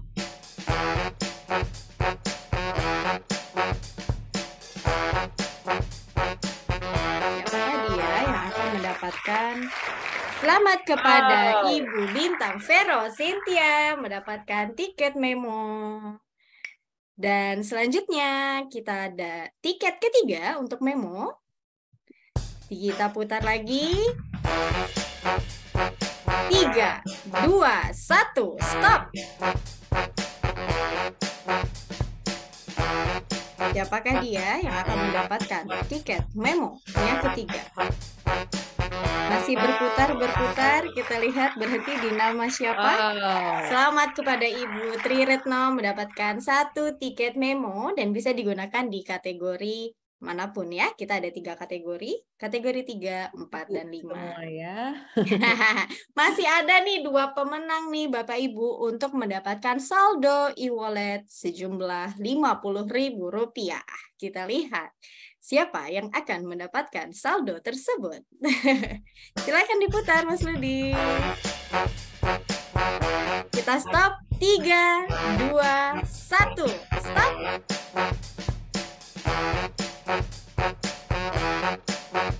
Bapak Ibu yang beruntung mendapatkan saldo e-wallet? Wow, selamat. Selamat, Ibu Aula Atin Ritonga mendapatkan saldo e-wallet. Dan satu pemenang lagi di sesi door prize yang pertama untuk mendapatkan saldo e-wallet sejumlah Rp50.000. Silakan Mas Ludi, kita putar Wheel of Names-nya. 3, 2, 1, stop. Siapakah pemenangnya untuk saldo e-wallet sesi pertama? Selamat kepada Ibu Siti Nur Khalifah Manan mendapatkan saldo e-wallet sejumlah Rp50.000. Kepada Bapak Ibu pemenang door prize sesi pertama, silakan dapat menghubungi panitia yang ada di WhatsApp grup ya. Panitia yang admin, yang menjadi admin. Silakan dihubungi di WhatsApp grup. Baik, kita lanjutkan ke sesi kedua dari seminar Ruang Inspirasi ini. Kali ini saya ingin bertanya nih kepada Kak Panji. Kak Panji, halo Kak. Kak, aku mau tanya nih Kak. Sebenarnya adakah perbedaan karakter seorang anak yang sering dilibatkan dalam kegiatan-kegiatan kreatif dengan anak yang jarang sekali terlibat kegiatan kreatif di kehidupan sehari-hari mereka, Kak? Mungkin bisa sharing Kak pada kami? Menarik nih Kak Ocha. Terima kasih Kak Ocha. Anak yang sering dilibatkan dalam kegiatan-kegiatan kreatif ya, dan anak yang mungkin jarang ikut kegiatan kreatif. Nah, izin share screen Kak Ocha dan Bapak Ibu teman-teman semua. Karakter anak yang mungkin sering dilibatkan dalam kegiatan kreatif ini secara pengalaman melihat di lapangan teman-teman semua, anak-anak Isbanban khususnya ya, kita melihat bahwa anak-anak ini punya kemampuan resiliensi yang baik. Mereka kalau sudah jatuh ataupun melakukan gagal dalam suatu hal, mereka coba bangkit lagi. Resiliensinya sangat-sangat luar biasa. Otomatis anak-anak ini juga kalau ikutan kegiatan kreatif, pasti anak-anak akan tumbuh jiwa-jiwa kreativitasnya. Dan yang paling luar biasa adalah anak ini nggak takut untuk mencoba. Pada akhirnya anak akan percaya diri. Nah, Kak Ocha nih, boleh nggak aku cerita tentang salah satu ceritanya Isbanban tentang pengalaman anak-anak yang ikutan kegiatan kreatif? Boleh dong ya? Boleh dong. Asik. Nah ini Kak Ocha dan Bapak Ibu teman-teman semua. Jadi ada cerita. 8 tahun lalu, tahun 2015, adik-adik di Isbanban yang berada di desa dampingan kita di Kabupaten Lebak. Kalau Bapak Ibu tahu, mungkin Kabupaten Lebak adalah Bapak Ibu pernah ke sana, tapi Lebak ini adalah tempat paling ujung selatan di Provinsi Banten. Jadi sudah hampir berbatasan dengan provinsi lain, gitu ya. Bahkan langsung ke Lampung dan Sukabumi. Nah, Lebak ini di ujung selatan dan kalau akses ke sana itu luar biasa juara dalam arti sulit sekali ya. Harus lewatin bukit, lewatin pegunungan atau bahkan jalan-jalan yang terjal. Nah, ceritanya adik Isbanban ini diberikan ada satu undangan kesempatan lomba kreatif di Jakarta gitu kan. Tari tradisional. Jadi ada satu kegiatan tari tradisional di Jakarta dan adik-adik Isbanban Lebak inilah yang mendapatkan kesempatan untuk ikutan. Di satu waktu pada saat saya kasih tahu ke adik-adik kita akan ada kegiatan tari tradisional di Jakarta. Siapa yang mau ikut? Saya semuanya, gitu ya. Semua pada pengen ikutan dan akhirnya kita melakukan seleksi tahap awal. Ada seleksinya ya, Kak Ocha. Jadi ini seleksi tahap awal ini memilih anak-anak yang benar-benar siap. Jadi kita lakukan seleksi seperti ini. Adik-adik coba berlatih dulu. Kita akan pilih siapa yang akan berangkat ke Jakarta dan terpilihlah sekitar 5-7 anak yang berangkat ke Jakarta untuk ikutan lomba tari tradisional tingkat nasional. Luar biasa. Mereka nggak tahu nih di Jakarta akan ada siapa, tapi intinya mereka semangat aja pengen ikutan kegiatan ini, kegiatan lomba ini. Pada akhirnya kita jemput nih adik-adik ke desa binaannya. Jadi kebayang ya Bapak Ibu, ini kita harus lewatin sungai, kita lewat bukit dan kita masuk hutan. Jadi bisa dibayangkan hampir 5 jam dari Jakarta kalau mau jemput adik-adik ini. Dan 5 jam lagi dari Jakarta mereka harus pulang. Kita jemput mereka dengan semangatnya anak-anak ini ingin melakukan penampilan terbaiknya tari tradisional membawa nama Banten ke tingkat nasional. Kita bawalah ke sana dan terharunya Masya Allah adik-adik ini tampil dan berhasil tampil di hadapan ratusan orang di salah satu kegiatan lomba tari tradisional tingkat nasional dengan muka yang luar biasa sangat menegangkan. Mereka tegang, mereka takut Bu Natali, Bu Ocha dan Bu Rusi gitu ya. Lihat muka sebelah kiri, mereka benar-benar takut. Ini gimana kalau nggak berhasil? Ini gimana kalau aku salah? Tapi kita bilang lakukan yang terbaik. Kita nggak peduli apa hasilnya. Dan coba lihat yang sebelah kanan, mereka sangat-sangat senyum bahagia saat mereka lakukan itu dengan hati. Dan Bapak Ibu semua, apa di pengumuman terakhir lomba tari tradisional ini diumumkan bahwa kita sama sekali tidak menang. Masuk harapan aja enggak, juara 1 apalagi, kita tidak menang. Tapi yang kita ambil adalah anak-anak ini akhirnya mau berani untuk mencoba dan memaksimalkan kesempatan sebaik mungkin. Salah satu anak bilang ke saya persis seperti ini, Kak Panji, mungkin kalau nggak ada Isbanban aku nggak pernah ngerasain caranya bisa tampil di depan banyak orang. Aku takut, tapi aku bangga. Aku pernah melakukan ini bareng sama teman-teman lain. Makasih ya Kak. Kalau ada lagi aku mau ikutan. Gitu. Wow, keren. Wow, malah ketagihan ya Kak Panji ya. Ketagihan. Itu ceritanya. Jadi fokusnya adalah tentang bagaimana anak-anak ini akhirnya mencoba kesempatannya sebaik mungkin. Menang kalah nggak masalah, yang penting mereka belajar dan mereka akhirnya berani buat nyoba. Itu pelajaran penting buat kita waktu itu. Keren-keren, bahkan menembus ini ya perjalanan panjang yang luar biasa itu loh, dan mereka masih tampil ya, mau tampil itu Kak Panji. Saya sangat wow, amazed. Karena jangankan mereka, kadang saya kalau di atas panggung juga deg-degan gitu ya, tapi mereka bisa berhasil melewati itu semua. Wow, terima kasih Kak Panji sudah sharing cerita dari Isbanban. Dan ini saya akan bertanya sesuatu yang mungkin Bapak Ibu juga tadi sempat bertanya-tanya di kolom komentar ya. Ibu Rusi, sebenarnya seperti yang kita ketahui ya Bu, jelas untuk menggali dan mengembangkan potensi anak itu diperlukan peran orang tua. Namun sebenarnya bagaimana peran orang tua ini mendampingi anak-anak dalam mengembangkan potensi mereka, dan sejauh mana sebenarnya orang tua terlibat dalam pendampingan ini? Silakan Ibu. Kalau tadi kita di awal tadi saya menyampaikan soal peran orang tua besar ya, karena menemani anak-anak, memberikan dukungan, memberikan pemantik, memberikan mungkin kalau dari Pak Panji memberikan umpan balik, apresiasi. Nah, kalau kita lihat berarti memang orang tua juga perlu refleksi gitu ya. Kadang-kadang peran kita ini dalam menemani anak-anak kita, apakah sudah cukup gitu ya untuk membantu anak-anak itu kemudian bisa menjalani proses itu dengan baik. Tadi ada yang mengatakan kok anak saya tidak minat gitu ya. Ada beberapa faktor, kadang-kadang misalnya anak yang tidak minat. Mungkin suasana kegiatan lomba itu sangat kompetitif ya, karena kalau kita lihat Bapak Ibu, coba deh kita kalau suka dibanding-bandingin sama orang, kita happy atau tidak ya? Tuh lihat tuh dia bisa begitu tuh ya. Di dalam hati kecil kita sebetulnya mungkin ada anak yang biasa-biasa aja, woles gitu ya, tapi banyak juga yang kemudian tidak merasa nyaman gitu ya. Nah, kalau kita lihat proses belajar yang mendorong keterampilan berpikir tingkat tinggi itu bukan kompetitif loh Bapak Ibu. Ya, kalau nyusun batu kita berkompetisi seru gitu ya. Tapi ketika harus bernalar kritis, berkreatif, itu perlu kolaborasi. Perlu justru suasana yang membuat mereka merasa ayo belajar satu sama lain, ayo saling membantu.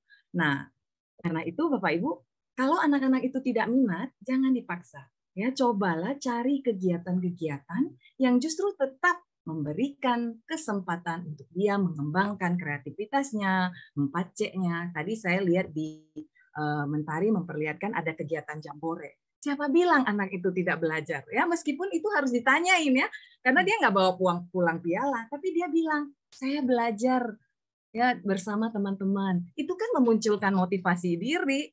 tidak perlu kita paksakan, tapi dia kemudian mengatakan saya ingin lagi kalau ada.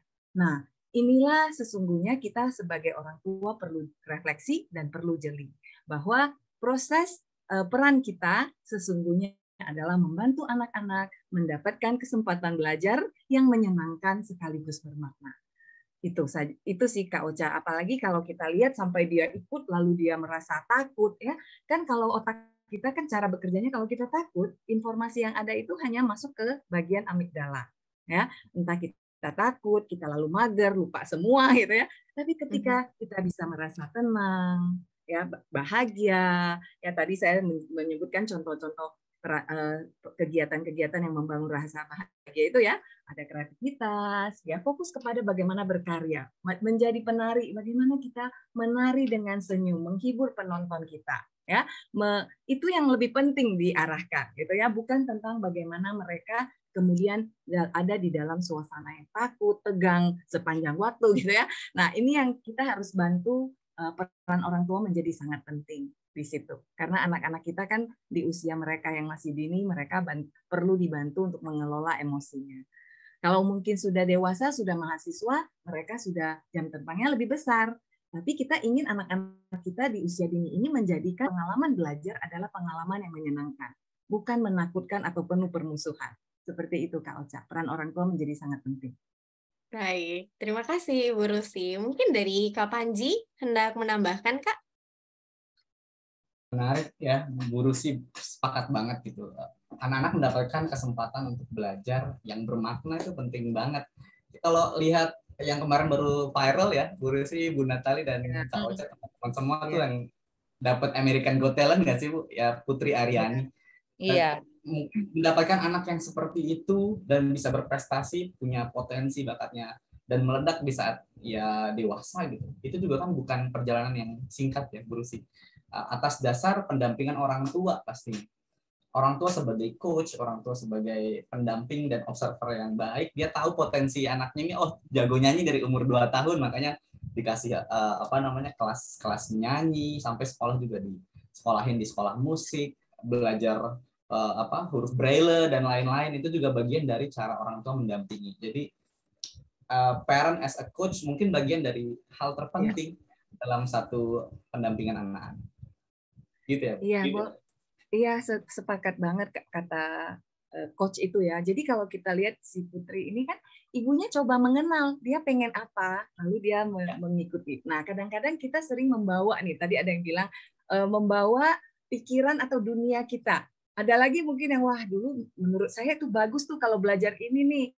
Tapi saya nggak melakukan, saya minta anak saya gitu ya. Nah, ini yang kita kesabaran untuk tahu sebetulnya apa sih yang disenangi, apa yang menjadi ketakutannya, apa yang menjadi kekhawatirannya.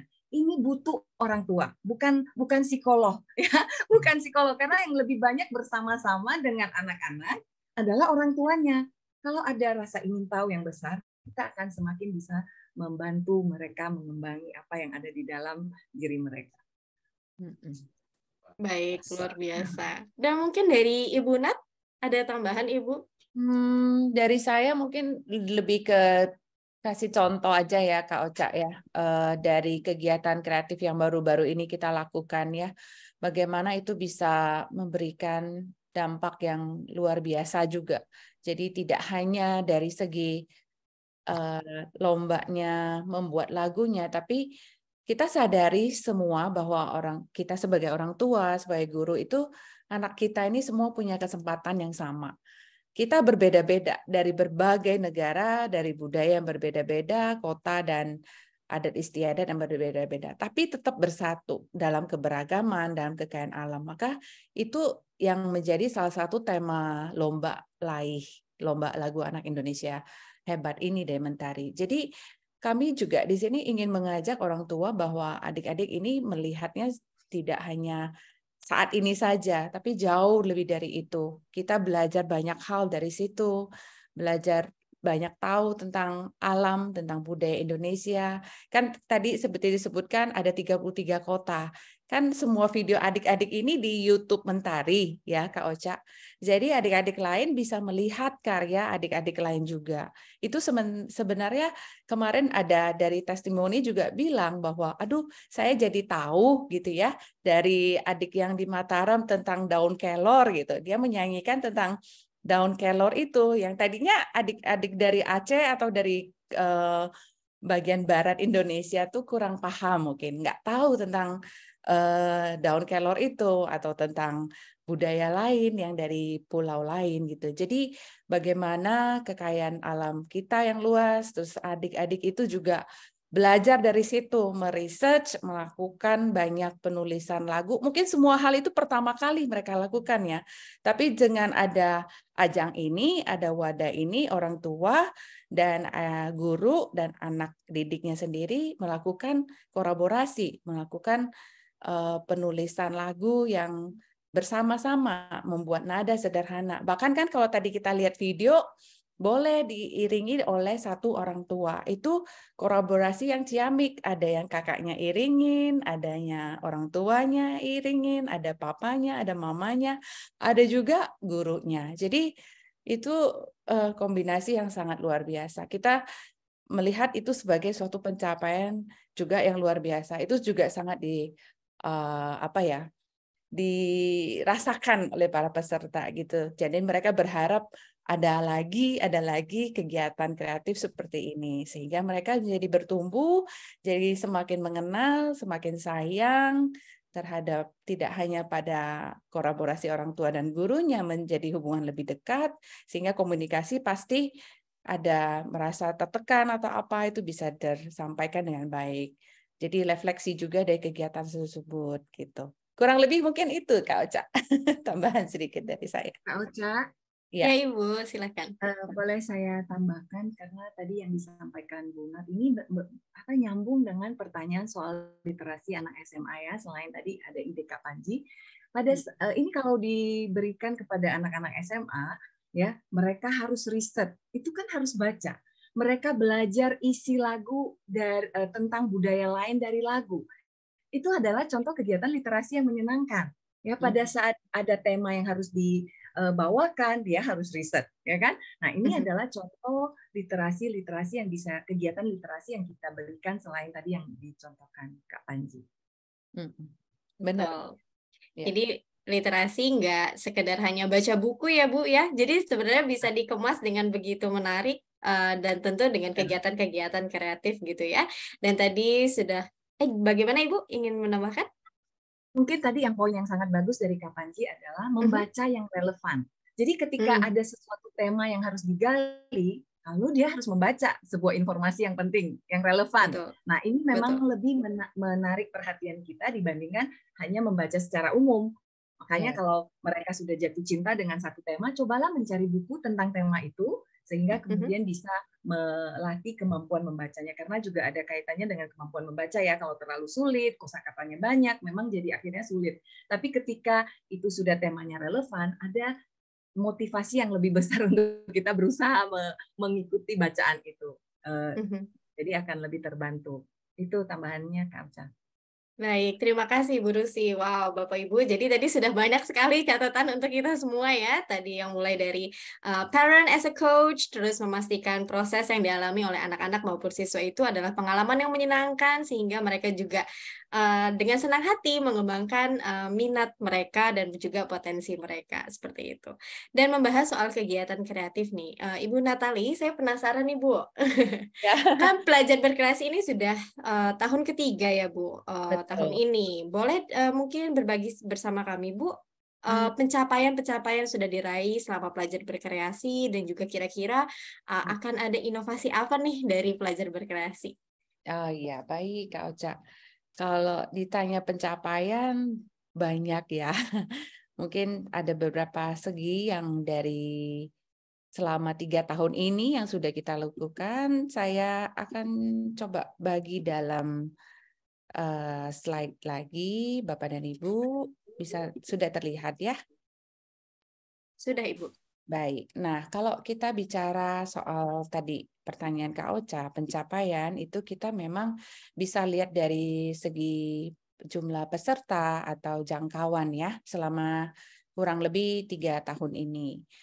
Kita mulai dari tahun 2021 ya, itu boleh digabungkan dengan yang tahun 2023 ini masih berjalan, itu kurang lebih sudah diikuti oleh 6.000 peserta dari 84 kota di Indonesia. Nah, ini sebuah prestasi, sebuah juga apa ya, kami nggak nyangka responnya begitu luas gitu.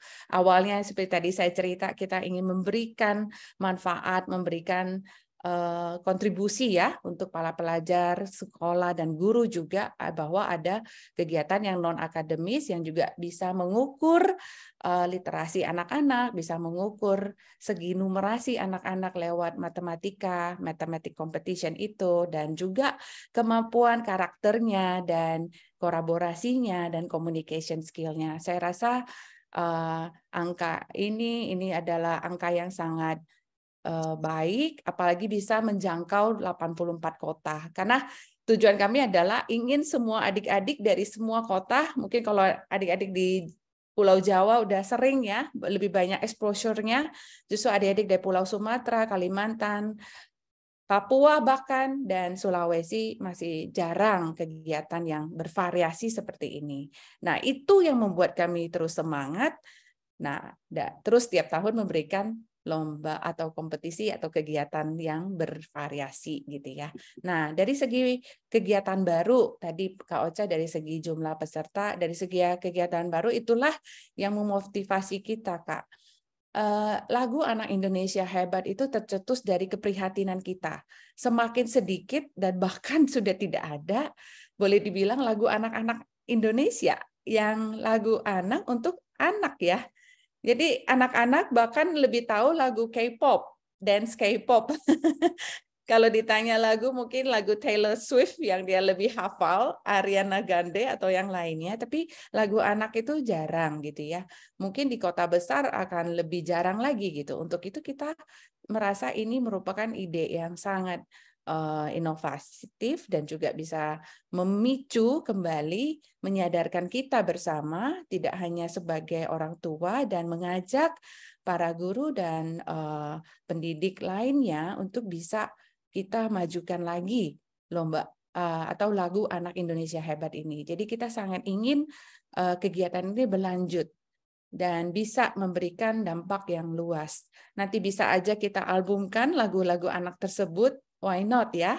Dan karena kalau tadi lihat lirikan lagunya, penulisan lirik dan nadanya kan sangat mudah diingat, sangat nyaman, sangat happy, dan kita belajar banyak hal dari lirik-lirik simple tersebut. Itu contohnya Kak Ocha. Nah, dari hal pencapaian misalnya segi kolaborasi, kita tidak pernah berhenti hanya kegiatannya di sini, tapi kita coba misalnya lewat lomba koki cilik untuk sesi anak adik-adik SD. Tahun ini kita sudah bekerja sama dengan Shatec, ini adalah tourism school dan culinary yang ternama dari Singapura. Kita bekerja sama dengan mereka sejak 3 tahun lalu sampai hari ini masih, dan kita meningkat ke jenjang remaja ya. Untuk Bapak tahu dan Ibu bahwa ini Shatec School ini memberikan berupa demo teaching live langsung kepada seluruh adik-adik finalis lomba koki cilik. Jadi pengalamannya sangat luar biasa. Mereka chef-chef ini, Chef Samson ini adalah Master Chef Michelin Star. Jadi memang dia adalah Master Chef yang mentraining semua chef yang ada di perhotelan di Singapura under Shatec. Nah, mereka memberlakukan demo live teaching ini disaksikan secara YouTube live dari Singapura oleh seluruh adik-adik peserta.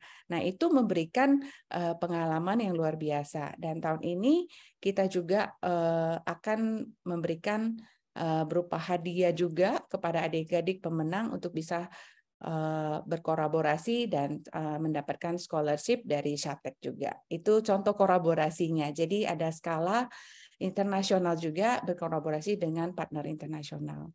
Nah, kurang lebih seperti itu Kak Ocha. Tapi kalau mau mendengar pencapaian dari adik-adik, bagi kami itu sangat penting apa respon dari adik-adik. Saya juga tadi membaca banyak komen dan pertanyaan dari Bapak dan Ibu, gimana sih responnya kalau anaknya sendiri tidak mau dan lainnya. Menurut saya kita harus terus mencoba, dan ini sedikit cuplikan dari beberapa pendapat dari adik-adik peserta Memo, Mentari Matematik Olimpiad. Mari kita saksikan. Karena ini my opportunity untuk kasih diri aku sendiri challenge yang besar gitu. Untuk mengasah kemampuan saya dan juga menurut saya Memo itu lomba yang bagus loh. Saya ingin menantang diri, terus mau lihat ya sampai mana bisa kemampuan matematikanya. Saya mengikuti lomba Memo ini karena saya senang berkompetisi. Harapannya saya bisa lebih percaya diri lagi dan bisa menjadi juara. Berharap dengan mengikuti Memo, saya akan mendapat suatu pengalaman yang berharga. Harapan saya, semoga hasilnya baik sehingga bisa mendapatkan beasiswa di sekolah.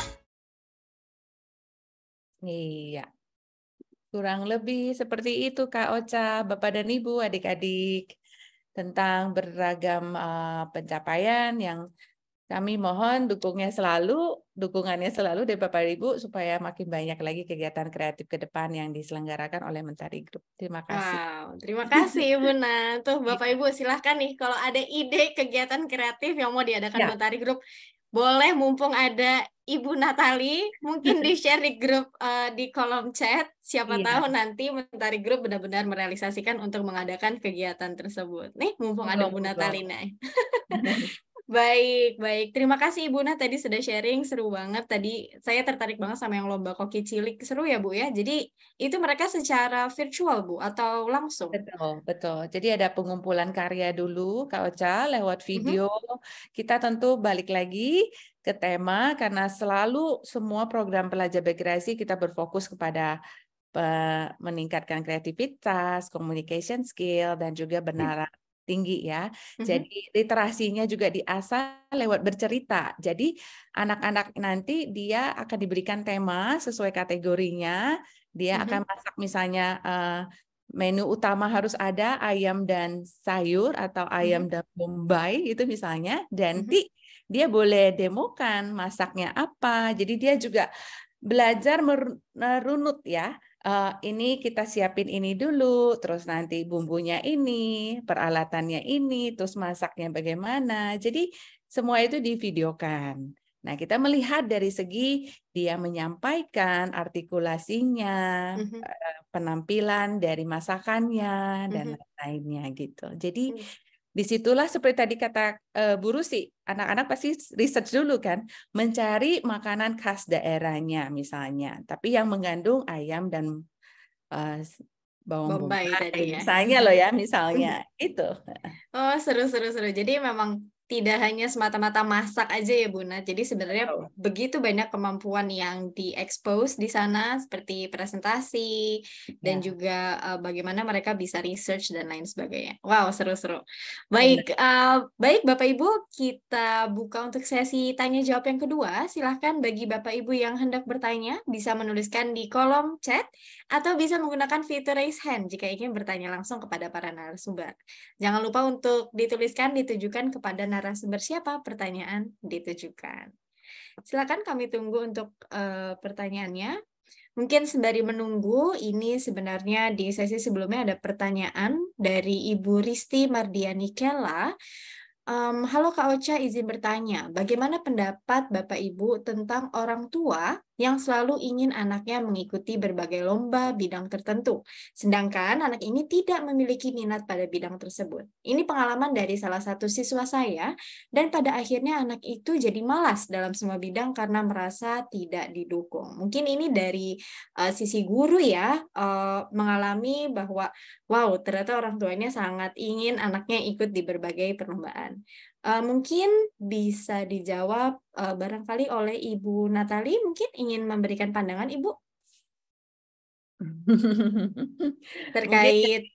Iya, dari Bu Rusi bisa ini nggak memberikan Oh iya, boleh. Ya, Dari ya. Ibu Rusi mungkin bagaimana nih guru menyikapi orang tua yang sangat ingin anak-anaknya, guru ya, Kak Ocha, betul, ya. anak-anaknya yang ingin sekali orang tuanya lomba terus gitu.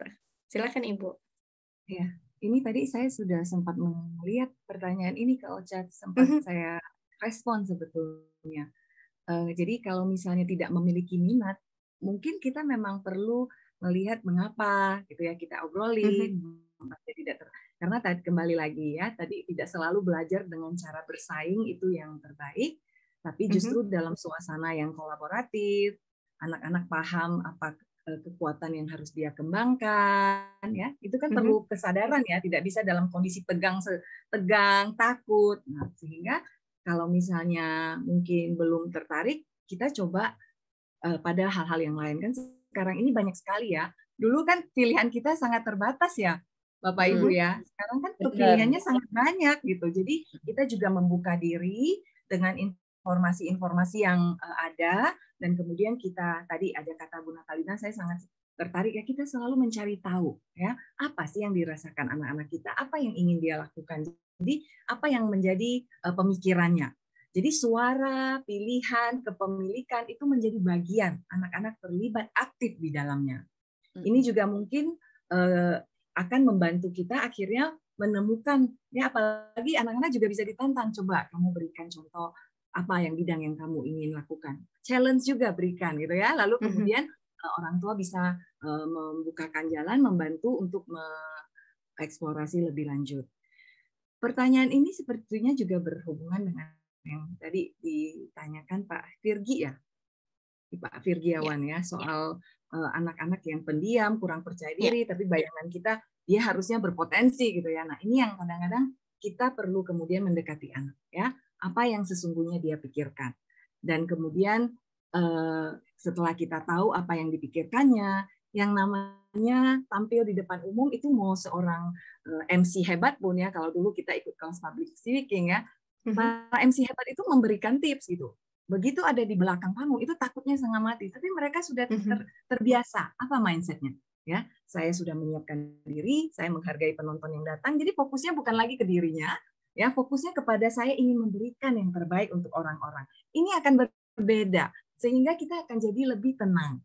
Kalau kita lebih tenang, kita bisa membawakan materi kita dengan baik. Nah, anak-anak ini perlu dikasih jam terbang, ya tentu saja dengan mentor dari coach yang paham bagaimana supaya anak-anak justru diajak untuk ketika dia mengikuti sebuah kegiatan, siapkanlah dengan baik. Ada kemampuan mengelola diri, prioritas, ya kan? Ada kemudian dia harus juga mengatur waktu, ya kan? Sehingga ketika hari H dia bisa menyiapkan dengan baik. Tapi pada saat menyiapkan diri, saya selalu sebagai guru mengatakan, kalian menghargai proses di balik kalian berjuang sampai hari ini. Bukan hanya diri kalian loh yang sudah membantu kalian, bekerja untuk keberhasilan kalian. Sekarang saatnya kalian tampil, ya, berikan apa yang sudah kalian lewati kepada penonton. Jadi tidak ada beban untuk diri sendiri saja, tetapi adalah tujuannya adalah berbagi. Nah, di situ hasilnya tentu saja biasanya karena mereka lebih tenang, lebih bergembira gitu ya, ekspresinya dapat lagi sambutan dari penonton, itu juga sinergi gitu ya, makin percaya diri. Nah, itu yang saya lihat Kak Ocha.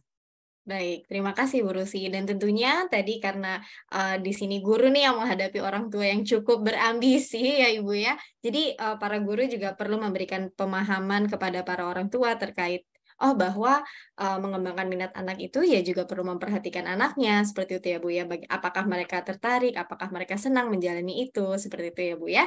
Jadi tidak bisa memaksakan kehendak kita saja para orang dewasa, tapi juga memperhatikan bagaimana perasaan anak terhadap kegiatan tersebut. Baik, dan selanjutnya ada pertanyaan dari Ibu Barbara Wara. Selamat pagi, izin bertanya, bagaimana cara mendidik anak-anak sebagai peserta didik untuk mempunyai karakter-karakter yang baik untuk masa depan mereka? Terima kasih. Barangkali ini hendak dijawab oleh Mungkin Ibu Nat ingin memberikan pandangan terlebih dahulu, Bu. Iya. Halo Bu Barbara. Selamat pagi Ibu Bapak. Soal karakter ya. Sebenarnya memang dalam membangun, jadi contohnya ada lomba atau ada koki cilik itu ya, kita memang berfokus pada skill karakternya. Kenapa? Karena kan di situ dia banyak berkolaborasi, melakukan research, dan sekali lagi di luar itu semua, kita sebagai orang tua, sebagai guru, memang perlu sejak awal saya tadi sampaikan juga pola pikir atau mindset dan harapan kita yang terutama itu perlu banget disamakan dulu ekspektasinya ya dalam mengikuti tujuannya, mengikuti suatu kegiatan. Jadi it's not about winning, but it's about the process, it's about the right attitude towards the result gitu. Jadi hasilnya itu apapun kita selalu harus tekankan itu tidak apa-apa. Mungkin saya agak sedikit naif berpendapat bahwa kegagalan itu adalah guru terbaik. Itu sebenarnya juga Ibu itu sudah membuat kita membangun karakter untuk seperti tadi Bu Rusi sampaikan, untuk bisa menerima suatu tidak menang kali ini misalnya, dan tapi disitulah kita tanamkan bahwa kamu belajar banyak hal di luar yang tidak hanya di acara ini saja kamu jadi tahu ini tahu. Jadi memang jadi orang tua itu kita terus harus bisa dan tidak pernah lelah untuk mengingatkan, untuk menyampaikan, dan selalu punya mindset dan pola pikir yang sama. Ekspektasinya bukan untuk menang, tapi memang disitulah anak kita belajar bertumbuh, disitulah anak kita berani mencoba, disitulah sikap resilient yang ingin kita bangun. Karena dengan suatu kegiatan, pasti anak-anak itu semakin banyak kegiatan, dia akan semakin banyak mencoba, pasti akan jadi lebih percaya diri ke depannya. Tadi saya ada yang membaca juga, ada Bapak dan Ibu guru yang bertanya soal percaya diri anak. Percaya diri itu memang perlu ditumbuhkan lewat suatu proses waktu, Bapak dan Ibu. Jadi seperti contohnya, ya dari kegiatan-kegiatan ini pasti dengan dia seperti contoh tadi Kak Panji tadi penampilan dari adik-adik di Lebak bisa menampilkan diri mereka menari di Jakarta, itu suatu hal yang sudah sangat banggakan ya buat mereka, walaupun tidak menang tapi mereka berhasil keluar dari comfort zone-nya. Nah, anak itu memang kadang perlu kita tantang juga untuk keluar dari comfort zone-nya, untuk berani mencoba.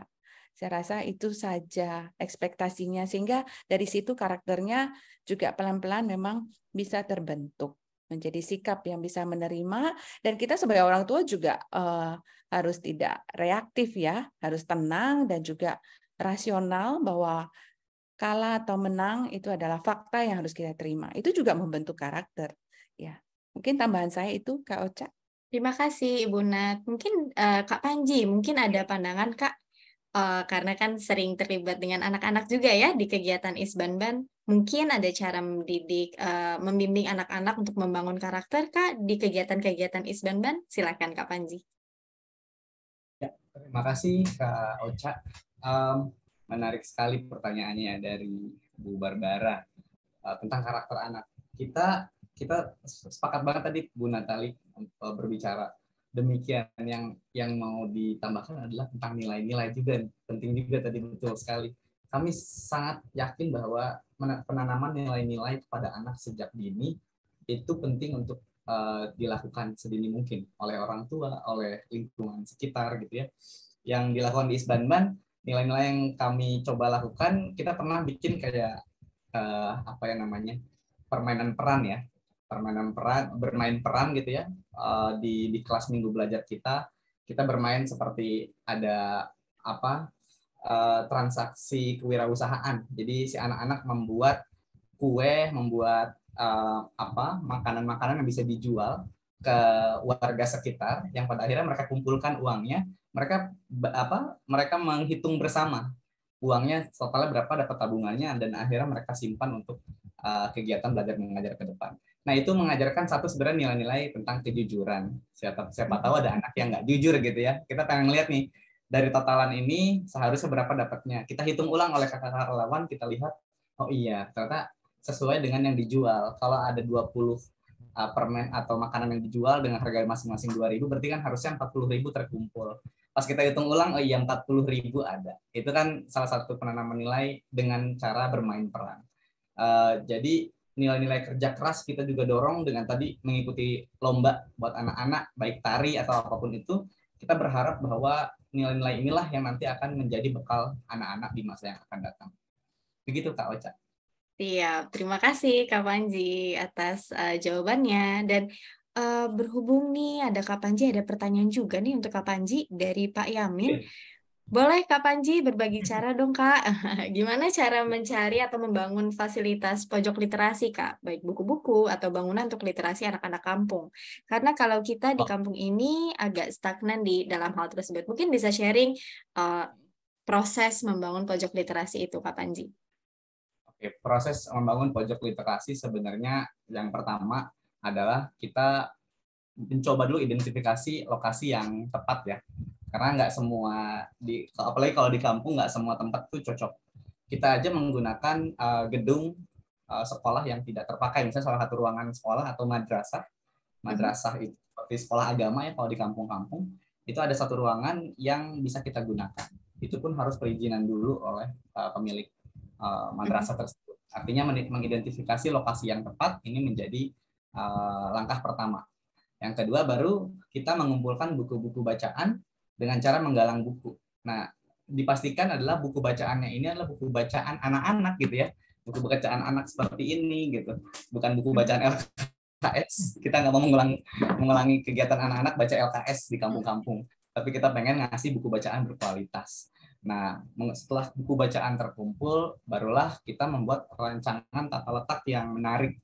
Jadi, tata letak pojok literasi yang menarik itu misalnya menggunakan rak buku, ada rak buku yang besar, ada rak buku yang kecil, digunakan sesuai dengan tingkat usia si anak gitu. Menarik juga ketika kita pasangkan atau tempel poster ataupun gambar, atau kita biasanya tempel kutipan-kutipan inspiratif buat anak-anak semakin bisa semangat dalam membaca misalnya gitu. Dan jangan lupa pojok literasi itu biasanya kita juga gunakan satu ruangan tersebut biasanya kita untuk kegiatan aktivitas mingguan. Misalnya tadi ada aktivitas kreativitas, kita juga gunakan di sana supaya anak-anak tetap mengunjungi pojok literasi sekaligus mereka ada kegiatan di sana. Oh, terakhir nih, libatkan masyarakat, apalagi di kampung ya. Kita butuh stakeholder atau peran berbagai pihak. Ada kepala desa, ada Pak RT, Pak RW, tokoh masyarakat. Itu buat apa? Buat menjaga bahwa ketika kita nggak hadir di sana, ini tuh tetap berjalan. Anak-anak tetap bisa baca di sana. Mungkin itu bisa sedikit menjawab.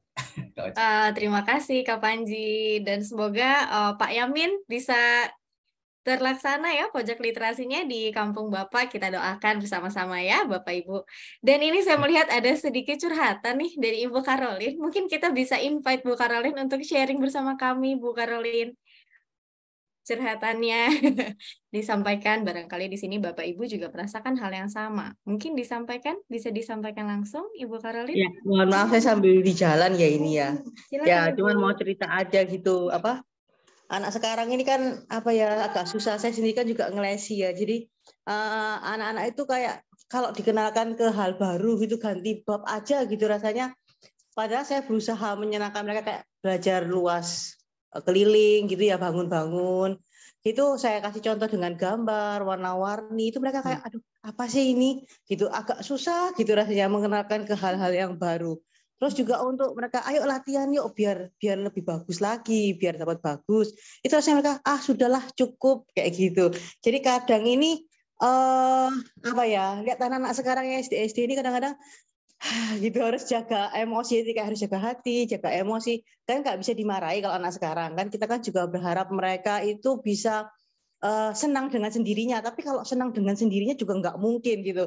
Jadi kita ini harus kayak jadi support system, tapi kita sendiri kadang ya pasti gemes. Saya rasa juga guru-guru di sekolah juga pasti sering ngerasa kayak gitu. Orang tua yang di rumah juga pasti kalau lihat anaknya gitu juga gemes-gemes ya itu.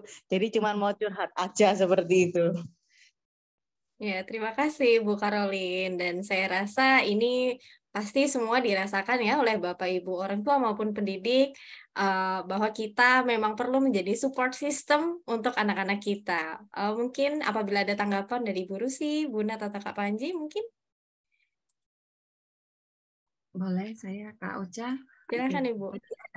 Tadi ada kata-kata soal anak-anak kita cepat puas ya. Mungkin memang yang saya rasakan ya bahwa anak-anak kita ini memang berbeda zamannya dengan kita, dan apa yang menjadi hal-hal yang bisa memotivasi diri dia memang sesuatu yang perlu relevan ya. Kita tahu dia itu sesuatu yang nyambung, dan memang ketika karyanya itu kemudian ditampilkan ya, mungkin ada umpan balik dari orang lain.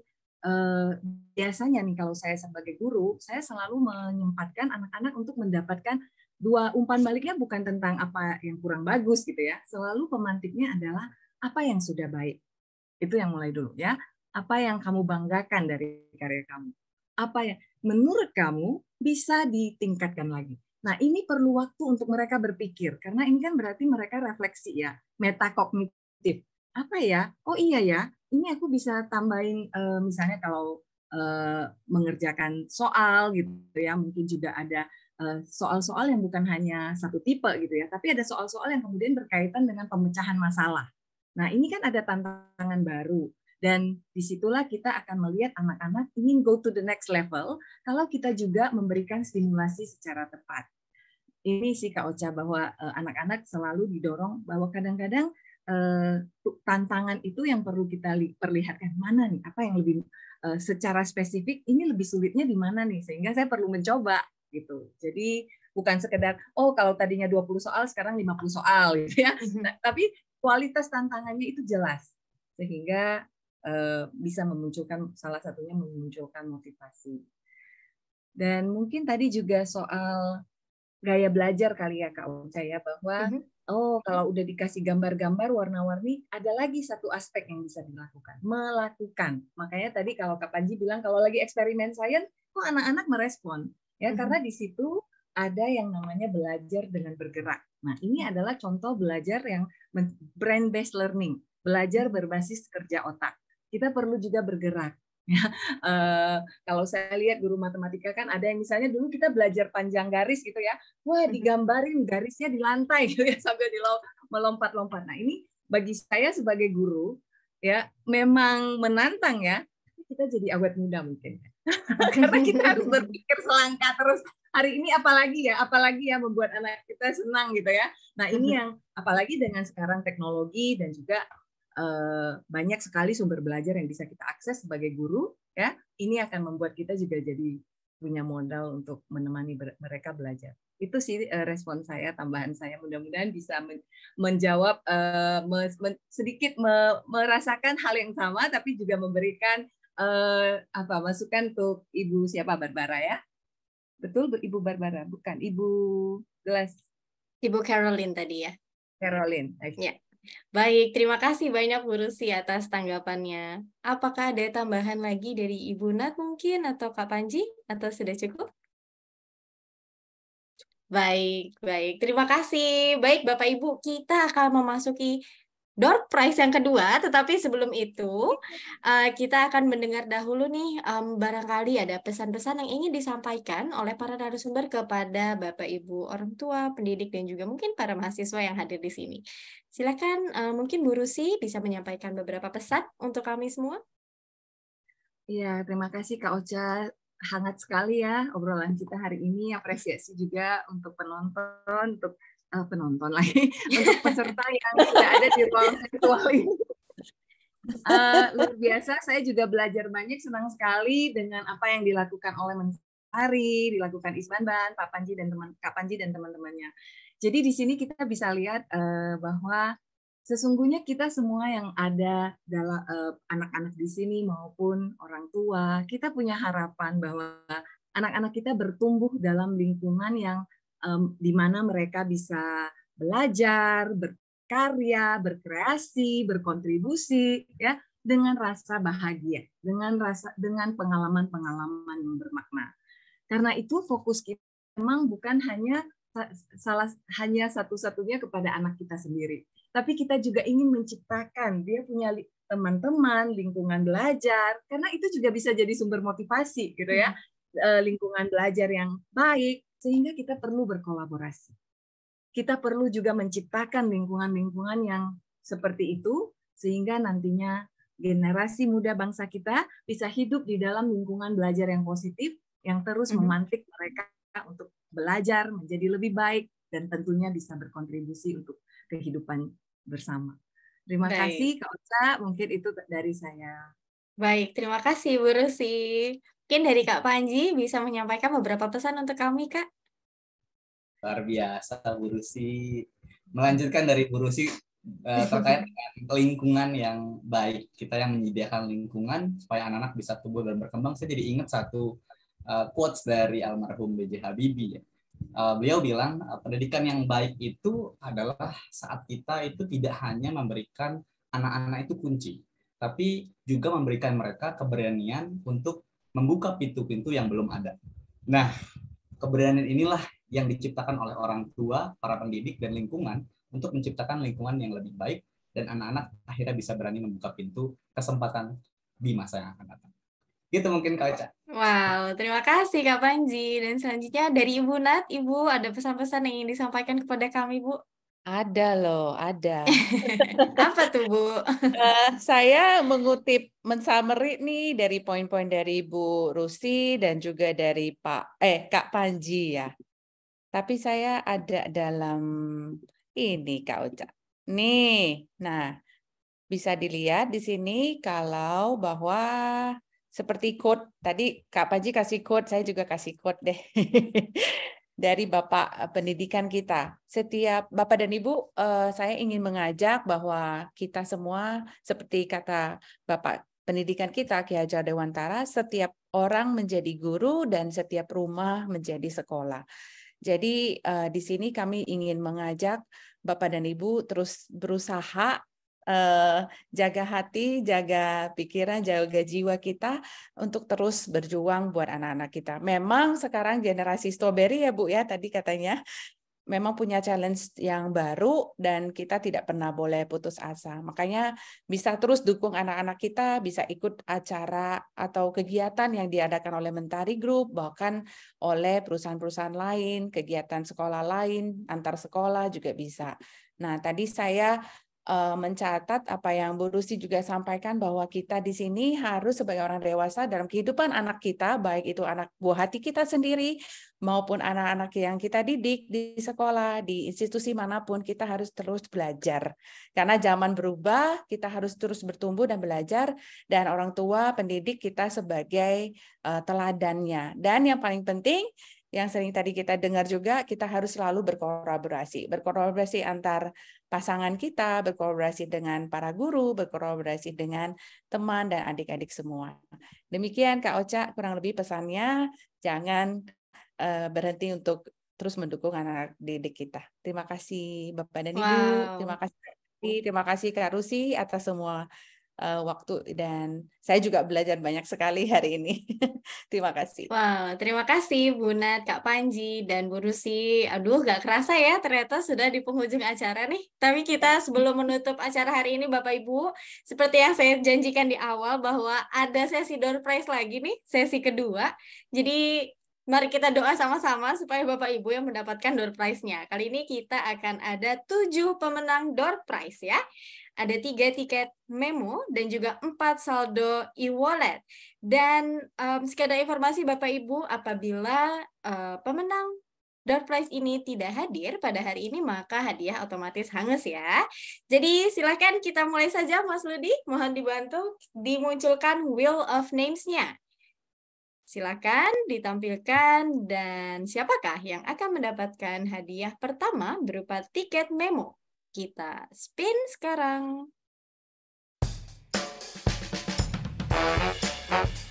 Oke, kita stop ya. 3, 2, 1, stop. Siapakah dia yang akan mendapatkan hadiah? Selamat kepada Ibu Siti Hajar mendapatkan tiket memo. Dan selanjutnya, pemenang tiket memo yang kedua di sesi door prize kedua ini, kita lihat siapakah dia. Kita putar Wheel of Names-nya.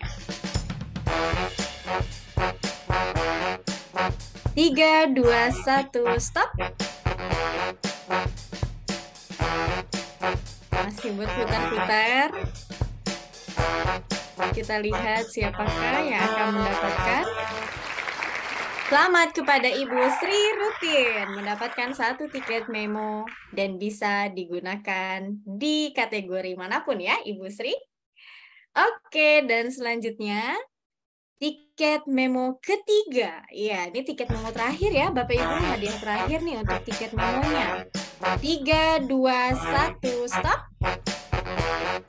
Kita lihat siapa yang berhasil mendapatkan tiket memo terakhir.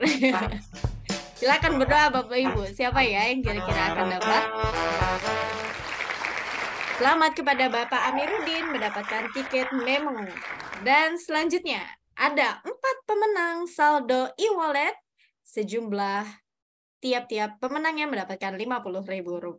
Coba kita lihat, kita putar Wheel of Names-nya. 3, 2, 1, stop. Ayo, siapa ya yang akan dapat ya? Iya. Siapakah dia? Selamat kepada Ibu Hikmah Ramadhani mendapatkan saldo e-wallet. Dan selanjutnya, kita putar kembali untuk pemenang kedua saldo e-wallet di sesi kedua ini. 3, 2, 1, stop. Ya, sudah mulai deg-degan ya Bapak Ibu. Siapakah dia yang dapat? Selamat kepada Ibu Chelsea mendapatkan saldo e-wallet. Masih ada 2 pemenang lagi. Ayo kita doa kuat-kuat. Siapa yang dapat nih? Untuk 2 pemenang terakhir, kita putar Wheel of Names-nya. 3, 2, 1, stop.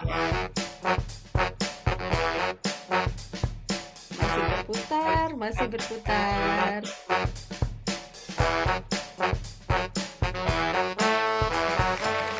Saya ucapkan selamat kepada Ibu Tuti berhasil dapat saldo e-wallet. Ya, tersisa 1 lagi. Ibu, Bapak, untuk hadiah saldo e-wallet dan juga hadiah terakhir ya untuk sesi ruang inspirasi hari ini, kita putar Wheel of Names-nya.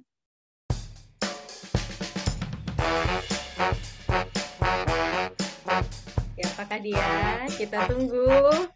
Ini agak lama ya, biar deg-degan nih. Pemenang terakhir nih. 3, 2, 1, stop. Iya, siapakah yang berhasil dapat? Oke, selamat kepada Android Blue Droid. Siapa ya ini kira-kira?